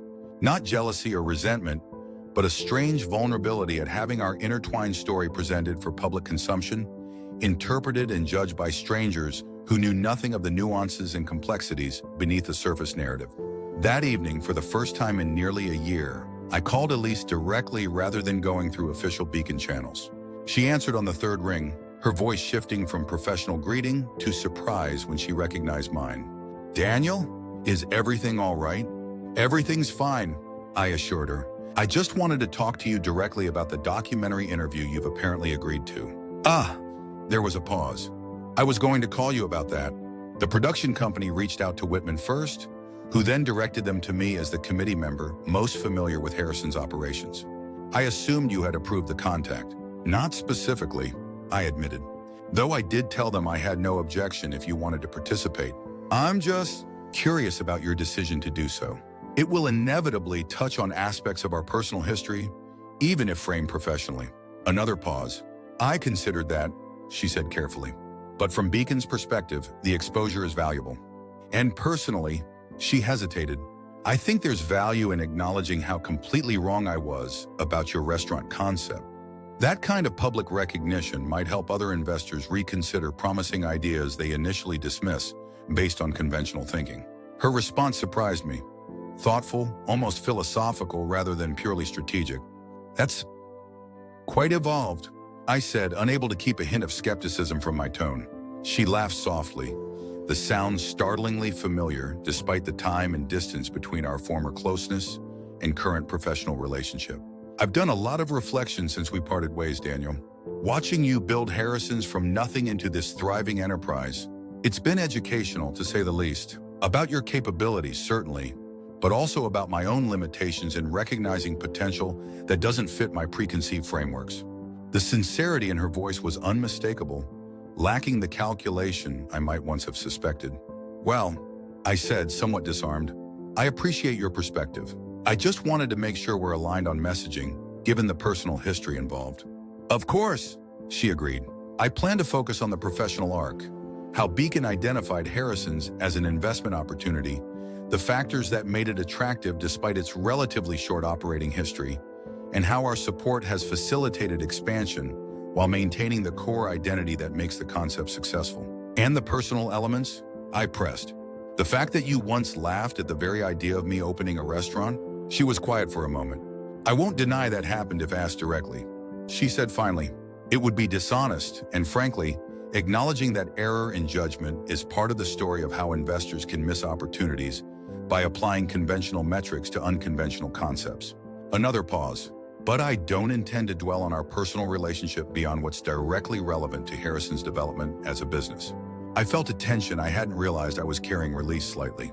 That seems reasonable, I acknowledged. When is your interview scheduled? Next Tuesday, she said, at Beacon's offices to maintain the professional framing. I see. Well, thank you for being willing to participate. I think Sophia's right that your perspective adds an important dimension to the story. It's the least I can do, she said, her tone warming slightly. After all, Harrison's success has been good for Beacon too. Our investment has already appreciated significantly. After we disconnected, I sat with my phone in hand, reflecting on the conversation. There had been a time when every interaction with Elise was layered with unspoken tension, with the ghost of our shared history and painful separation. This call had felt different, more straightforward, more grounded in our current reality rather than past wounds. Perhaps we had both finally moved beyond using Harrison's as a battleground for personal vindication to seeing it for what it truly was. A successful business that benefited us both, albeit in different ways. The week following the documentary filming was unusually busy. The exposure from Sarah's ongoing coverage of Harrison's expansion had attracted attention from several potential partners. A specialty food producer interested in bottling and selling our signature sauces, a cookbook publisher inquiring about a Harrison's recipe collection, even a developer proposing a Harrison's location in their new luxury hotel across the state. Each opportunity required careful consideration of how it aligned with our core identity and values. I found myself repeatedly returning to the question that had guided me since opening the first Harrison's. Would my grandfather recognize this as an authentic extension of his legacy? Some proposals were easy to decline. The fast casual spin-off concept that would have diluted the Harrison's experience to fit a lower price point. The branded frozen meals that would have sacrificed quality for convenience. Others required more nuanced evaluation. In the midst of these considerations, I received an unexpected call from Charles Whitman, Beacon's principal partner, asking for a meeting outside our regular quarterly review schedule. His tone gave nothing away, but the unusual request stirred a flicker of concern. Had something in the documentary filming raised issues I wasn't aware of? Was there a problem with one of the restaurant's performance? We arranged to meet the following day at the original Harrison's during the quiet afternoon hours between lunch and dinner service. Whitman arrived precisely on time, dressed in his usual impeccable suit but with a relaxed demeanor that somewhat eased my apprehension. "Daniel," he greeted me warmly, accepting the coffee I offered. "Thank you for making time on short notice." "Of course," I replied, settling into the chair across from him at a corner table. "Is everything all right with our partnership?" He smiled, waving away my concern. "More than all right. Harrison's continues to exceed projections at all 3 locations. The documentary exposure will only enhance performance further." He took a sip of coffee, then set the cup down deliberately. "Actually, I'm here to discuss an expansion of our partnership, one that presents both significant opportunity and certain personal complexities." My curiosity piqued. I leaned forward. "I'm listening." Beacon has been approached by a major hospitality group looking to establish a signature restaurant concept in their properties across several major cities, Whitman explained. "After reviewing various options in our investment portfolio, they've expressed specific interest in Harrison's. They believe your authentic approach and compelling story would resonate perfectly with their clientele." I absorbed this information, immediately seeing both the tremendous opportunity and the potential pitfalls. Hotel restaurants often struggle to maintain identity separate from their host properties, I noted. They can become generic amenities rather than destinations in their own right. Whitman nodded approvingly. Precisely the concern we raised. However, this group is proposing a different model. Harrison's would operate as a partner rather than a tenant, maintaining creative control over menu, staffing, and atmosphere, while the hospitality group would provide the physical space and operational infrastructure. "How many locations are they considering?" I asked, my mind already calculating the resources such an expansion would require. "Initially 5 in major metropolitan markets across the country, with potential for more if the concept performs well." He paused, studying my reaction. "It would be a significant step up from our current 3-location operation, requiring additional organizational structure and systems. But the exposure and revenue potential are substantial." I nodded slowly, processing the scale of what he was describing. "And the personal complexities you mentioned?" Whitman's expression shifted slightly, becoming more measured. "The hospitality group specifically requested that you be personally involved in the expansion, not just lending your name, but actively participating in menu development, chef training, and periodic appearances to maintain authenticity. They see your story as integral to the Harrison's brand." "That seems reasonable," I said, still not seeing the complication. I'd insist on that level of involvement anyway to ensure quality standards. "Yes, well," Whitman continued, "they've also requested that Elise serve as the primary liaison between their organization, Beacon, and Harrison's, based on her performance during the documentary interview. They were apparently quite impressed with her understanding of both the financial and conceptual aspects of the business." And there it was, the complication. After maintaining carefully limited professional contact for nearly 2 years, this proposal would require Elise and me to work closely together on a regular basis, potentially for years to come. The carefully constructed boundaries between our personal history and professional present would inevitably blur under such arrangements. I see, I said carefully. And how does Elise feel about this proposal? She's willing if you are, Whitman replied. She made it clear that while she believes the opportunity is exceptional, she would understand completely if you preferred another Beacon representative as liaison. I appreciated her consideration, the recognition of the potential awkwardness the arrangement might create. It reflected a sensitivity I wouldn't have attributed to the Elise I'd known during our relationship.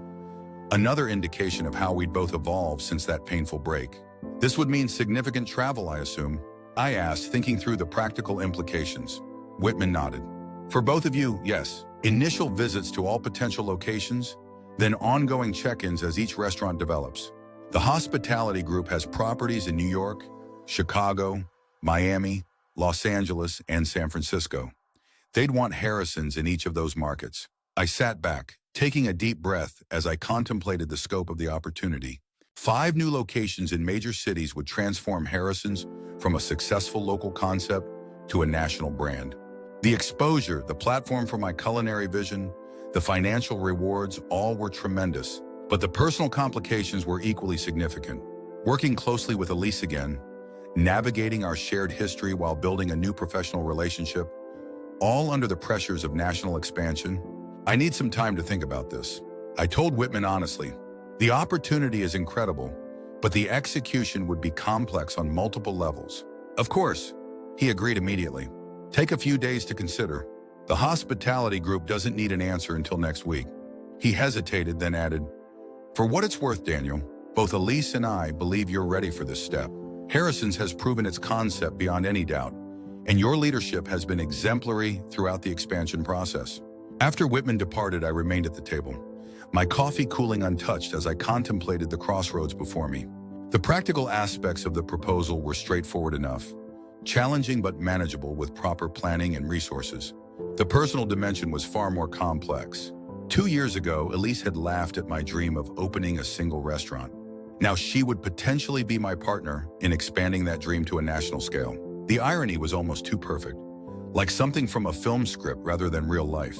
But beneath the narrative satisfaction lay genuine questions about whether such a partnership could work, whether our shared history would enhance or undermine our professional collaboration.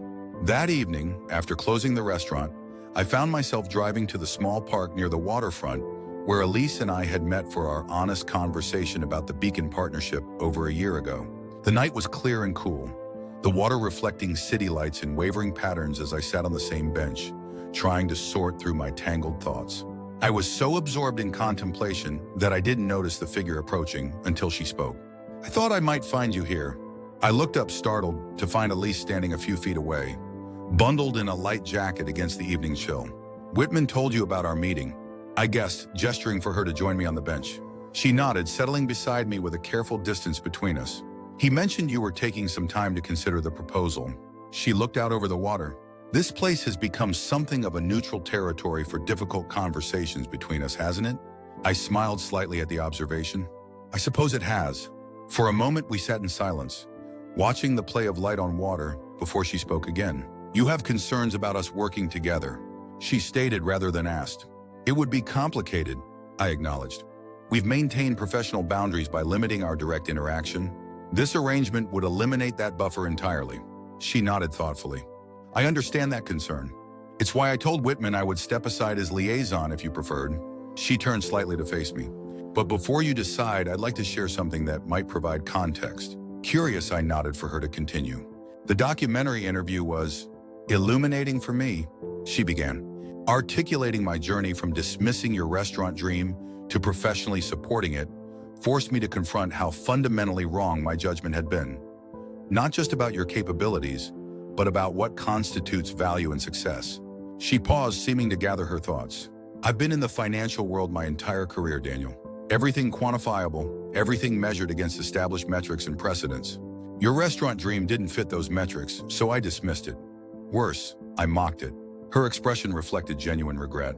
What I've come to recognize, watching Harrison succeed and grow, is how limited that perspective was, how it blinded me to the potential of passion combined with purpose.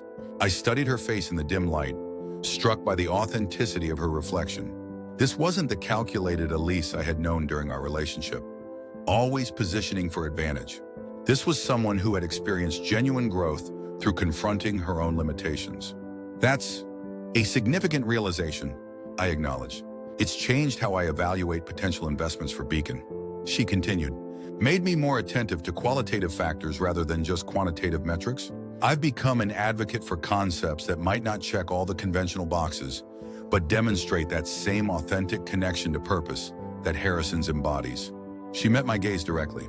I understand if you're uncomfortable with the arrangement the hospitality group is proposing. Our history is complicated, and this partnership would require regular collaboration. But I want you to know that I believe in Harrison's potential for national success, not despite our history, but partially because of it. I've seen firsthand the journey from single location to thriving local group. I understand what makes it special in a way another liaison wouldn't. Her candor was disarming, her perspective more nuanced than I had expected. The Elise sitting beside me now seemed genuinely transformed from the woman who had laughed at my dreams 2 years ago. Humbled by witnessing success she had deemed impossible, grown through reconsidering her own frameworks for evaluating potential. I appreciate your honesty, I said finally, and I can see the professional logic in having someone familiar with Harrison's development as the liaison for this expansion. I paused, considering my next words carefully. But I need to be equally honest. There's still a part of me that hesitates to build something so significant with someone who once dismissed the very foundation it's built upon. Not out of lingering resentment, but out of pragmatic concern about fundamental alignment of vision. She nodded, accepting this concern without defensiveness. That's fair. And ultimately, you need to make the decision that feels right for Harrison's future. She stood, signaling the conversation's end. Whatever you decide, Daniel, know that I'm genuinely proud of what you've built and grateful that Beacon has been part of its growth, even in a small way. As she turned to leave, I found myself speaking. Have dinner with me tomorrow. She paused, looking back with surprise. Dinner? At the original Harrison's? I clarified. Not as a date, as a conversation. If we're going to consider working closely together on this expansion, we should at least establish whether we can share a meal and talk honestly about the challenges and opportunities ahead. She studied me for a moment, then nodded. That makes sense. What time? 8 o'clock. I'll have a table in the back, away from the main dining area. I'll be there, she promised, then continued on her way, leaving me once again alone with my thoughts in the gently lapping water. The following evening, I arrived at Harrison's early, checking in with the kitchen and front of house team before retreating to my office to review preliminary projections for the hotel restaurant concept. The numbers were compelling. The revenue potential of 5 high-profile locations far exceeded our current operations, with lower overhead due to the shared facilities and infrastructure the hospitality group would provide. From a purely business perspective, the opportunity was exceptional. But business decisions are rarely made on numbers alone, particularly in an industry as personal as restaurants. The success of Harrison stemmed from its authenticity, the genuine connection between my grandfather's legacy, my culinary vision, and our customers' experience. Maintaining that authenticity through national expansion would be challenging enough. Adding the complexity of a close working relationship with Elise introduced an additional variable that couldn't be quantified in spreadsheets or projections. At precisely 8 o'clock, Elise arrived, dressed more casually than her usual business attire in dark jeans and a simple blouse. My host escorted her to the table I'd selected in a quiet corner, partially screened from the main dining room by a decorative wine rack. I joined her there, nodding to the server who immediately brought the wine I'd selected. A small production Barolo from a vineyard we discovered together during a trip to Italy years ago. She recognized it immediately, raising an eyebrow as the server poured. Nostalgic choice, she observed after he departed. Appropriate choice, I corrected mildly. If we're going to discuss building something together that honors the past while creating something new, this seemed fitting. She smiled slightly, acknowledging the point with a small nod before lifting her glass. To honest conversations, then. To honest conversations, I agreed, touching my glass to hers.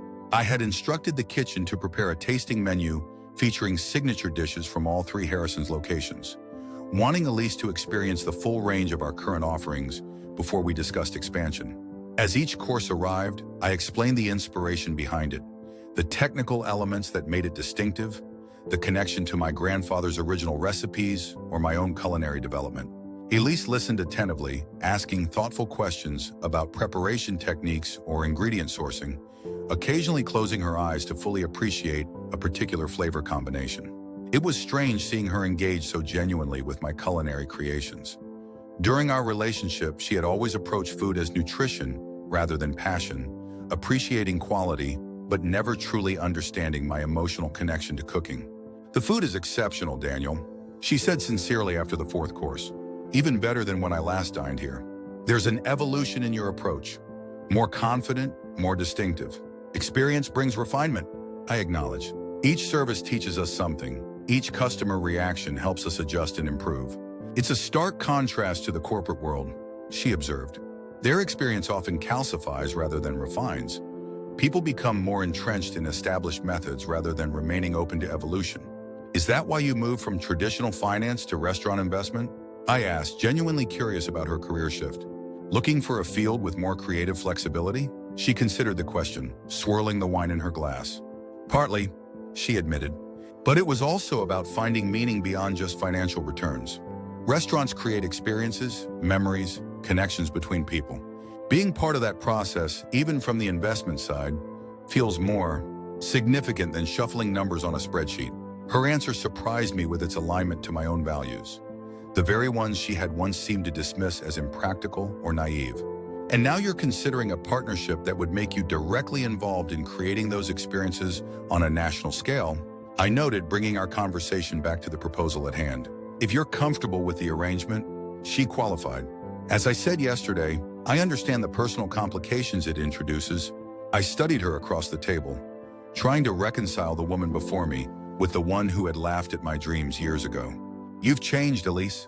She met my gaze steadily. "We both have. Life has a way of reshaping us if we let it." I nodded, acknowledging the truth in her observation. "The question is whether those changes make us better potential partners now than we were then, professionally speaking."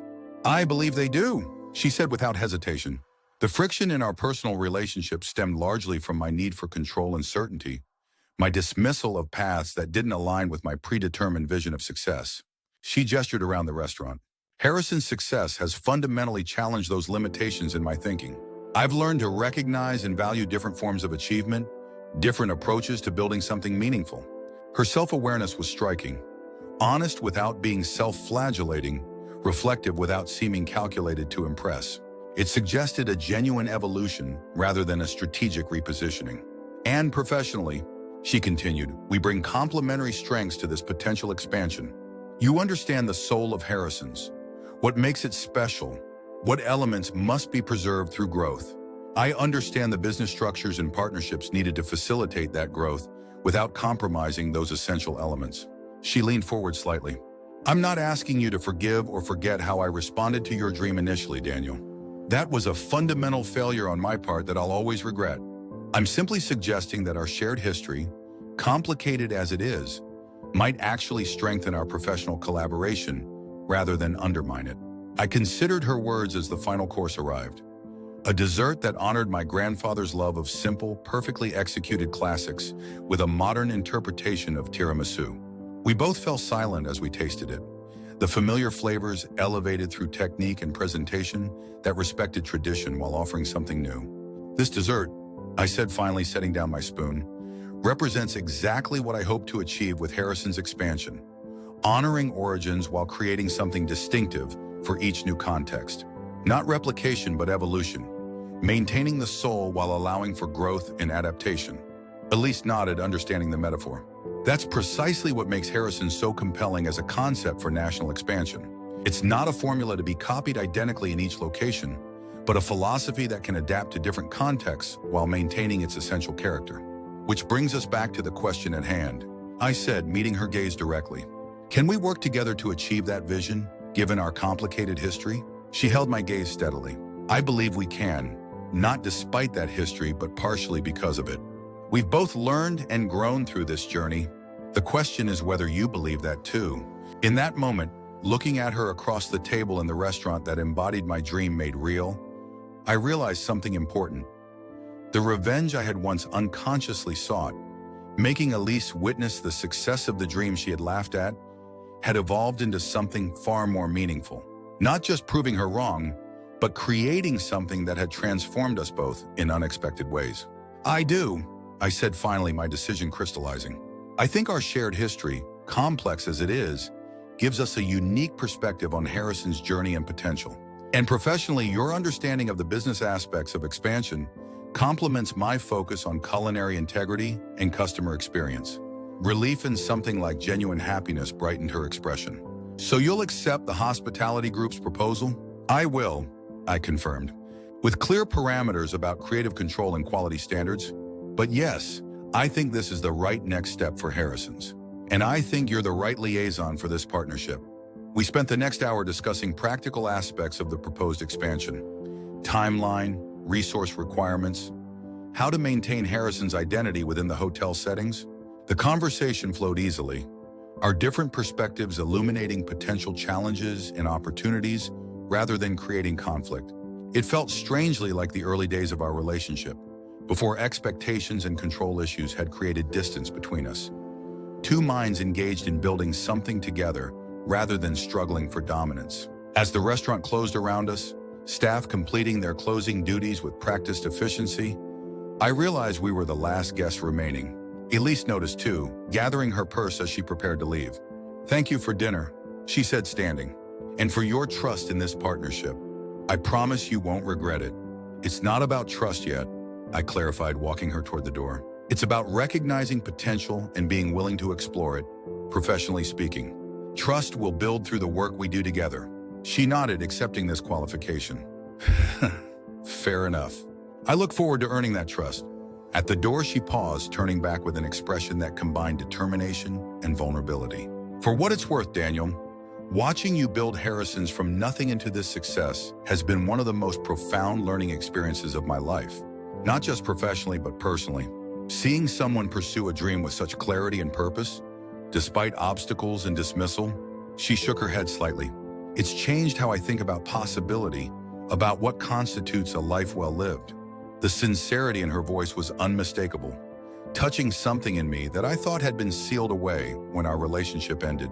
Not romantic feelings, but a recognition of genuine human connection, of shared growth through separate journeys that had somehow reconnected in this unexpected way. "Thank you for saying that," I said simply. "It means something, coming from where we started." She nodded, understanding the weight of the acknowledgement, then turned and walked into the night, leaving me standing in the doorway of the restaurant that had changed both our lives in ways neither of us could have imagined when she first laughed at my dream. The following weeks were a whirlwind of activity as we prepared for the national expansion. Whitman was delighted with my decision, immediately arranging a formal meeting with the hospitality group's executives to finalize terms and begin planning.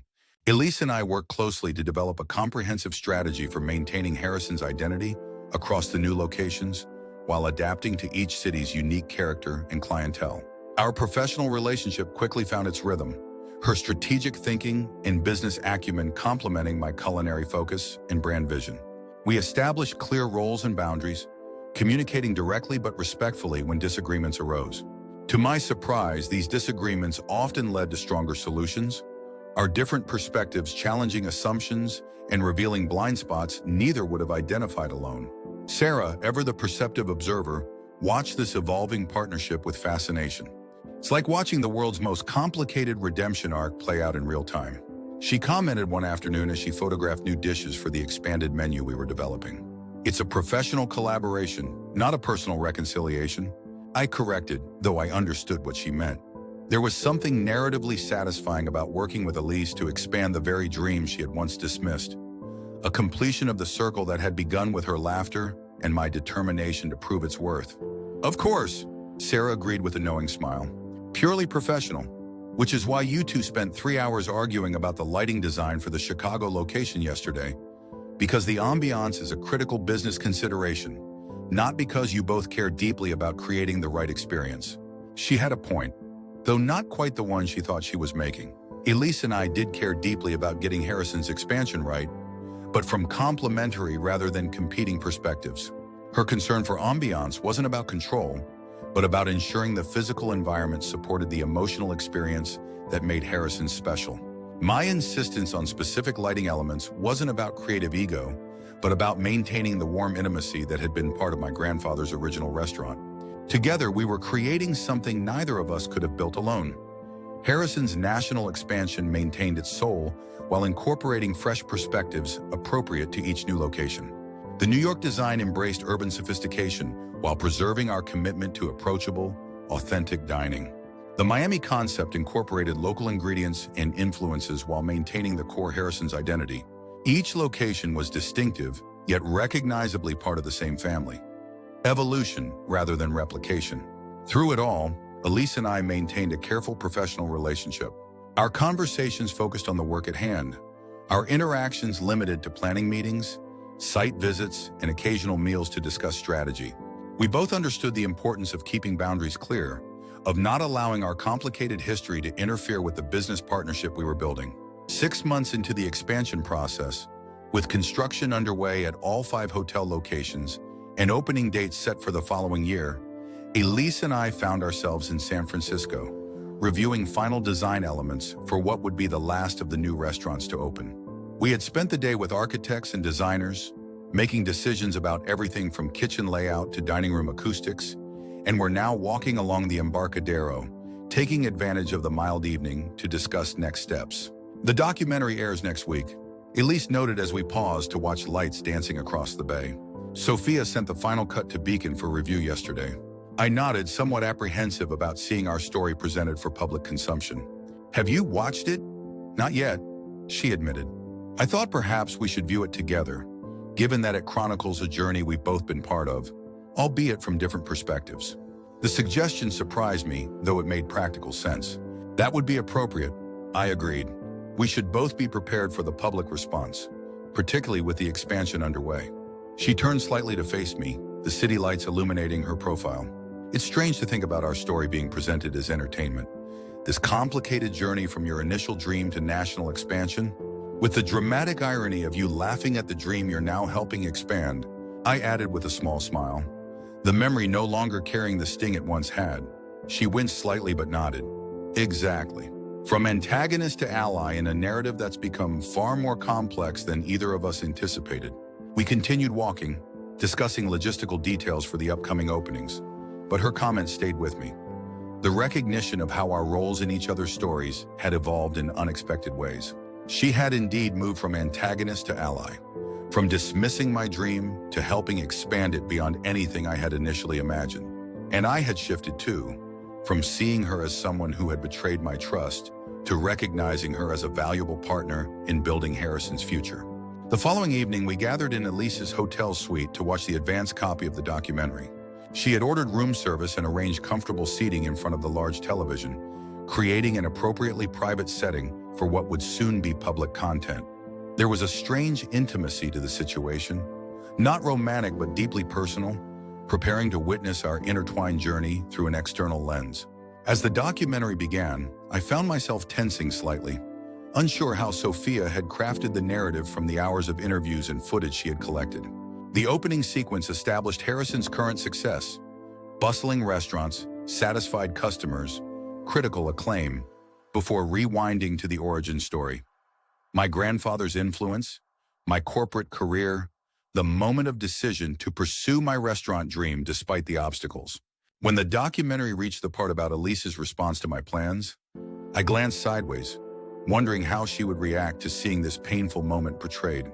The film handled it with remarkable nuance, acknowledging her dismissal of the concept without demonizing her, framing it as a catalyst rather than merely an obstacle.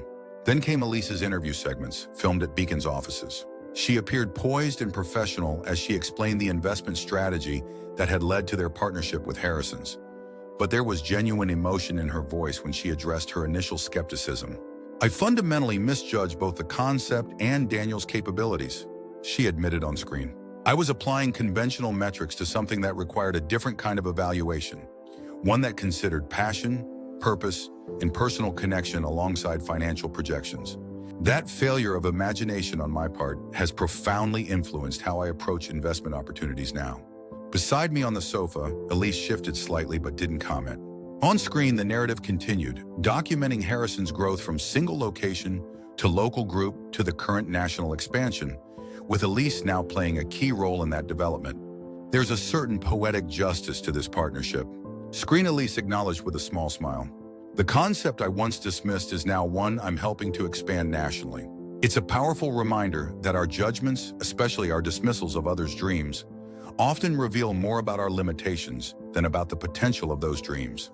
As the documentary concluded with a preview of the upcoming hotel restaurant openings and reflections on Harrison's journey from local dream to national brand, I found myself deeply moved by the narrative Sophia had crafted.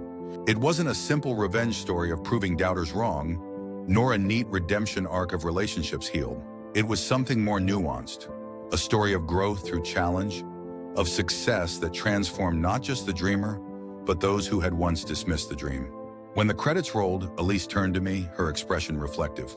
She did a remarkable job capturing the complexity of this journey, she said quietly, not simplifying it into heroes and villains, but showing how people and relationships evolve through challenge and success. I nodded, still processing my own response to seeing our story presented this way. It's strange seeing personal experiences shaped into narrative. Familiar, yet somehow different, like looking at photographs of places you've actually visited. Are you comfortable with how it portrays our history? She asked carefully. And current partnership? I considered the question seriously. I am, I decided. It acknowledges the difficulties without dwelling on them, focuses on the evolution rather than the conflict. It feels truthful without being exploitative. Relief softened her features. I agree. I was concerned it might frame things too simplistically. Me as the villain who gets her comeuppance, you as the vindicated hero. The reality is so much more complex. Reality usually is, I acknowledged. Though there is a certain narrative satisfaction to the full circle we've traveled, from you laughing at my restaurant dream to helping expand it nationally. A shadow of regret crossed her face. That laughter is still my greatest regret, you know. Not just because it hurt you, though that would be reason enough, but because it revealed such limitation in my thinking, such smallness of imagination. Her candor caught me off guard. We had maintained carefully professional interactions throughout the expansion process, rarely acknowledging our personal history except as necessary context for business decisions. This level of vulnerability was unexpected. We all have moments we regret, I said after a moment. Actions that reveal our worst selves rather than our best. What matters is what we learn from them, how we grow beyond them. She studied me for a long moment. You've become quite philosophical since opening Harrison's. I smiled slightly. Turns out running restaurants teaches you a lot about human nature, both others and your own. Every service is a lesson in adaptation, every customer interaction an opportunity for reflection. It suits you, she observed. This life you've created, this purpose you've found. I don't think I ever saw you this centered, this authentically yourself during our relationship. The observation struck me with its accuracy. I hadn't been fully myself during our years together, always accommodating, always adjusting my dreams and desires to fit what I thought would work within our shared future. The painful break had forced me to discover who I truly was without those accommodations, what I truly wanted without those adjustments. I wasn't, I acknowledge. For many reasons, some my responsibility, some circumstantial. But you're right, Harrison's has allowed me to become more fully myself than I ever was before. She nodded, a complex emotion I couldn't quite identify flickering across her face. I'm glad for that, Daniel. Truly. And grateful to be part of its expansion, even if that partnership grew from complicated beginnings. The sincerity in her voice was unmistakable, reminding me again of how far we'd both come from that night when she had laughed at my dream and I had walked away from our shared life. Not toward reconciliation of what was lost, but toward something new. A professional partnership built on mutual respect and complementary strengths, enriched rather than undermined by our shared history. I'm grateful too, I said, meaning it. Your perspective has strengthened this expansion in ways another partner couldn't have.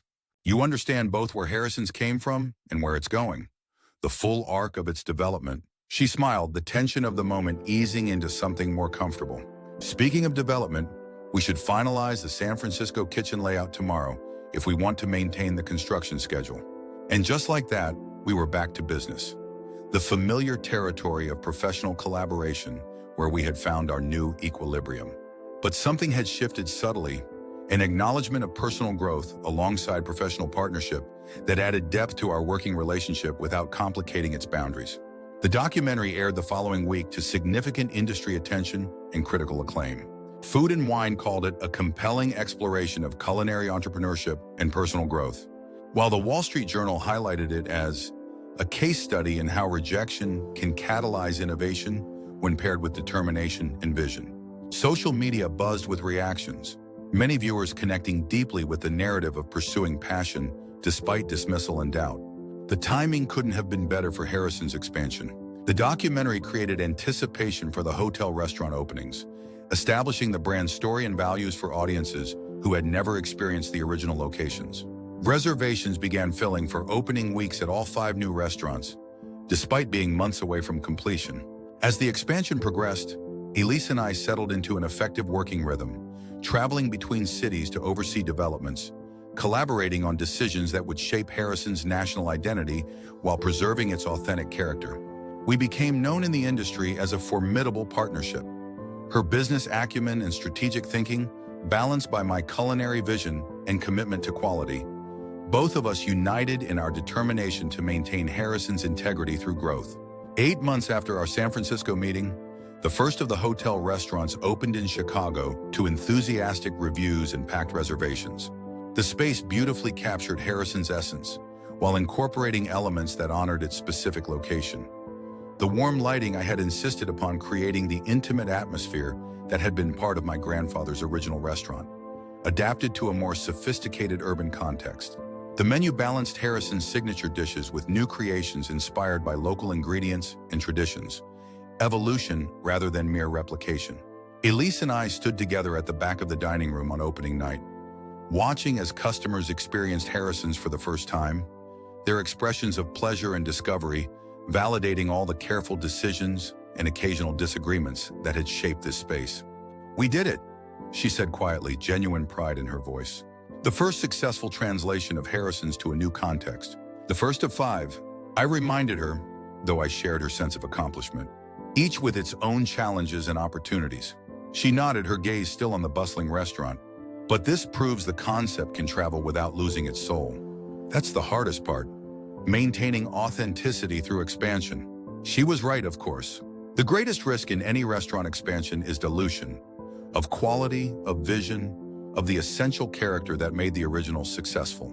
We had navigated that risk successfully, creating a Chicago Harrison's that honored its origins while embracing its new context. "It helps to have partners who understand what makes Harrison special," I acknowledged, including her in that recognition, "who respect its history while seeing its potential." She turned to me then, a question in her eyes that went beyond professional collaboration. "Has this partnership been what you expected, Daniel? Working together after everything that happened between us?" I considered the question seriously, reflecting on the months of collaboration that had transformed Harrison's from local success to emerging national brand. "No," I admitted. "It's been better than I expected. More productive, more balanced, more—" I searched for the right word. "Evolutionary for both the business and for me personally." "For me as well," she said quietly. "Seeing Harrison's through your eyes while bringing my own perspective has been one of the most rewarding professional experiences of my career. And personally," she hesitated, then continued with careful honesty, "it's been healing in a way I didn't anticipate. Not erasing the past, but transforming its meaning through what we're building now." Her words articulated something I had been feeling but hadn't fully processed.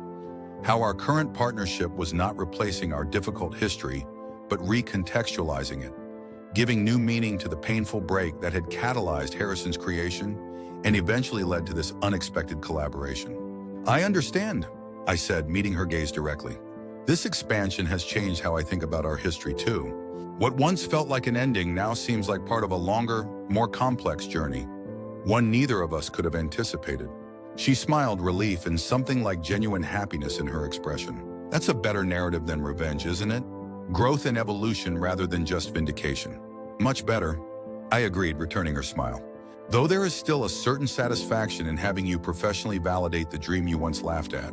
She laughed then, not the dismissive sound that had once shattered my heart, but something warmer, self-aware, acknowledging the irony without defensiveness.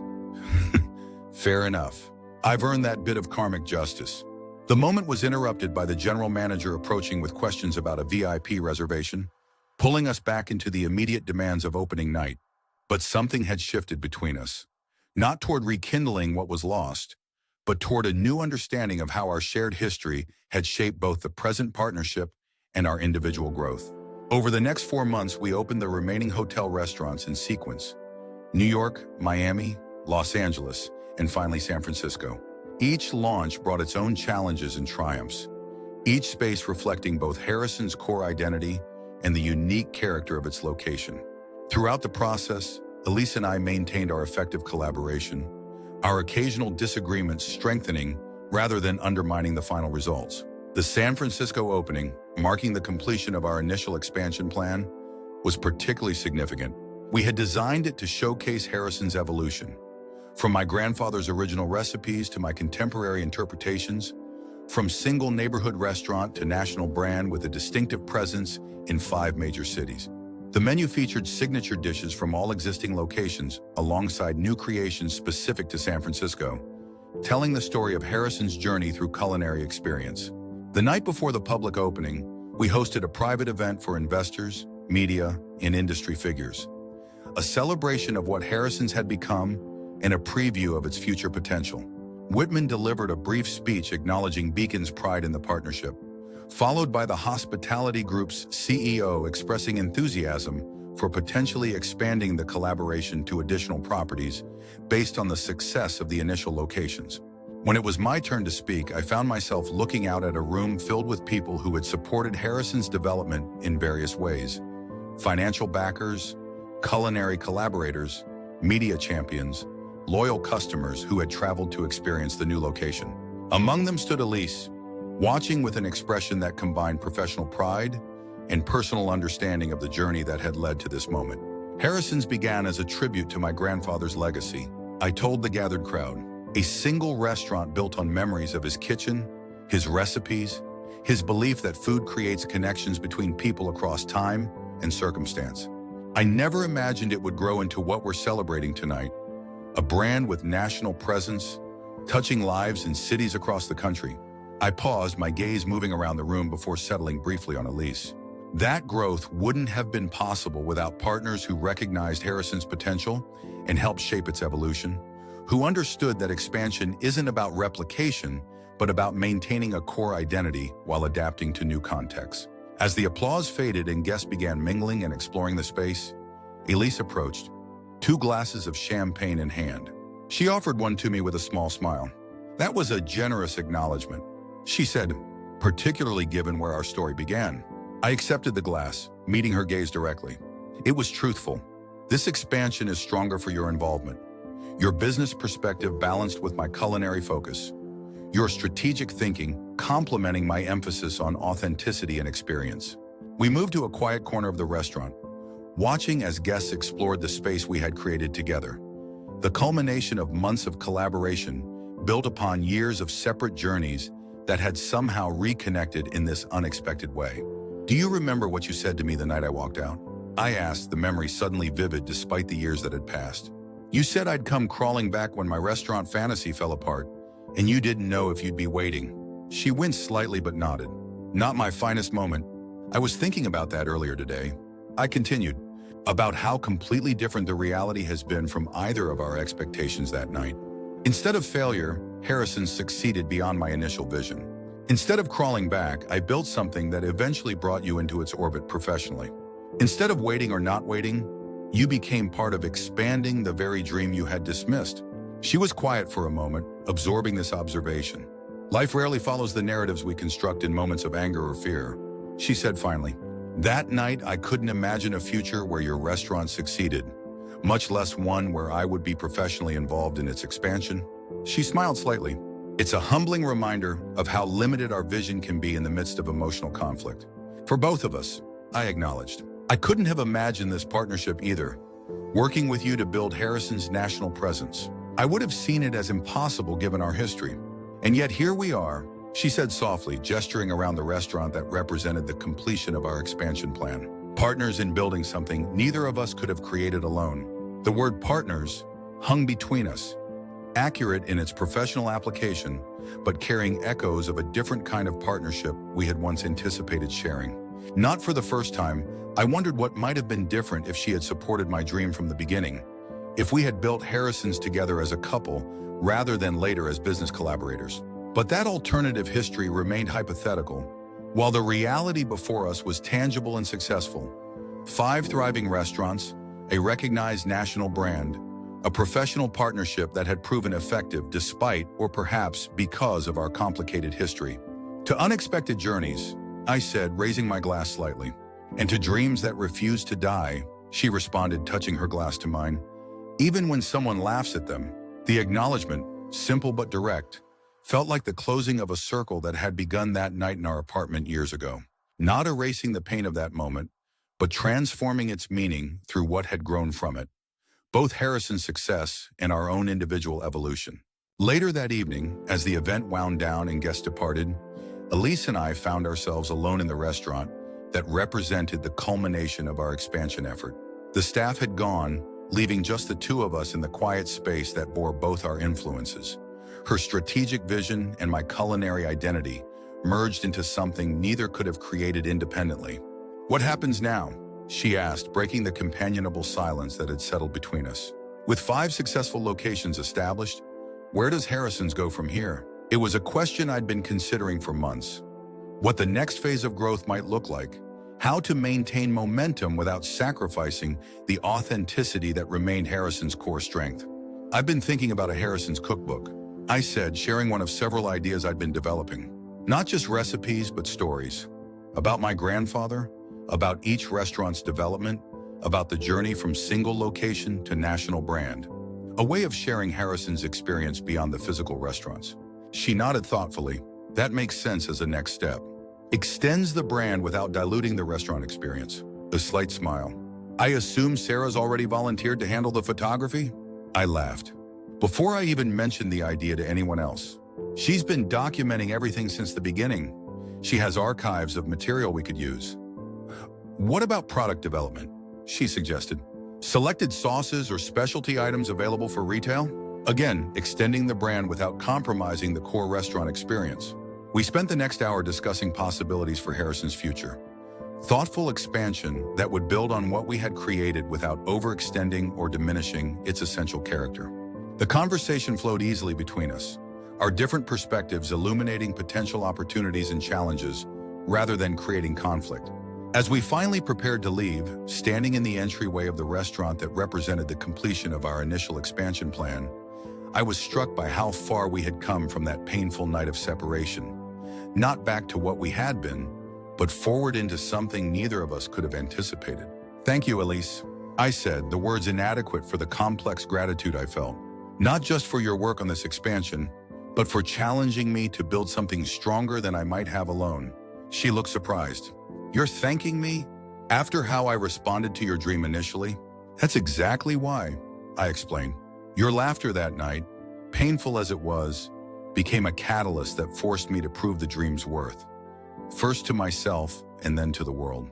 And your professional perspective during this expansion has strengthened Harrison's in ways my vision alone couldn't have achieved."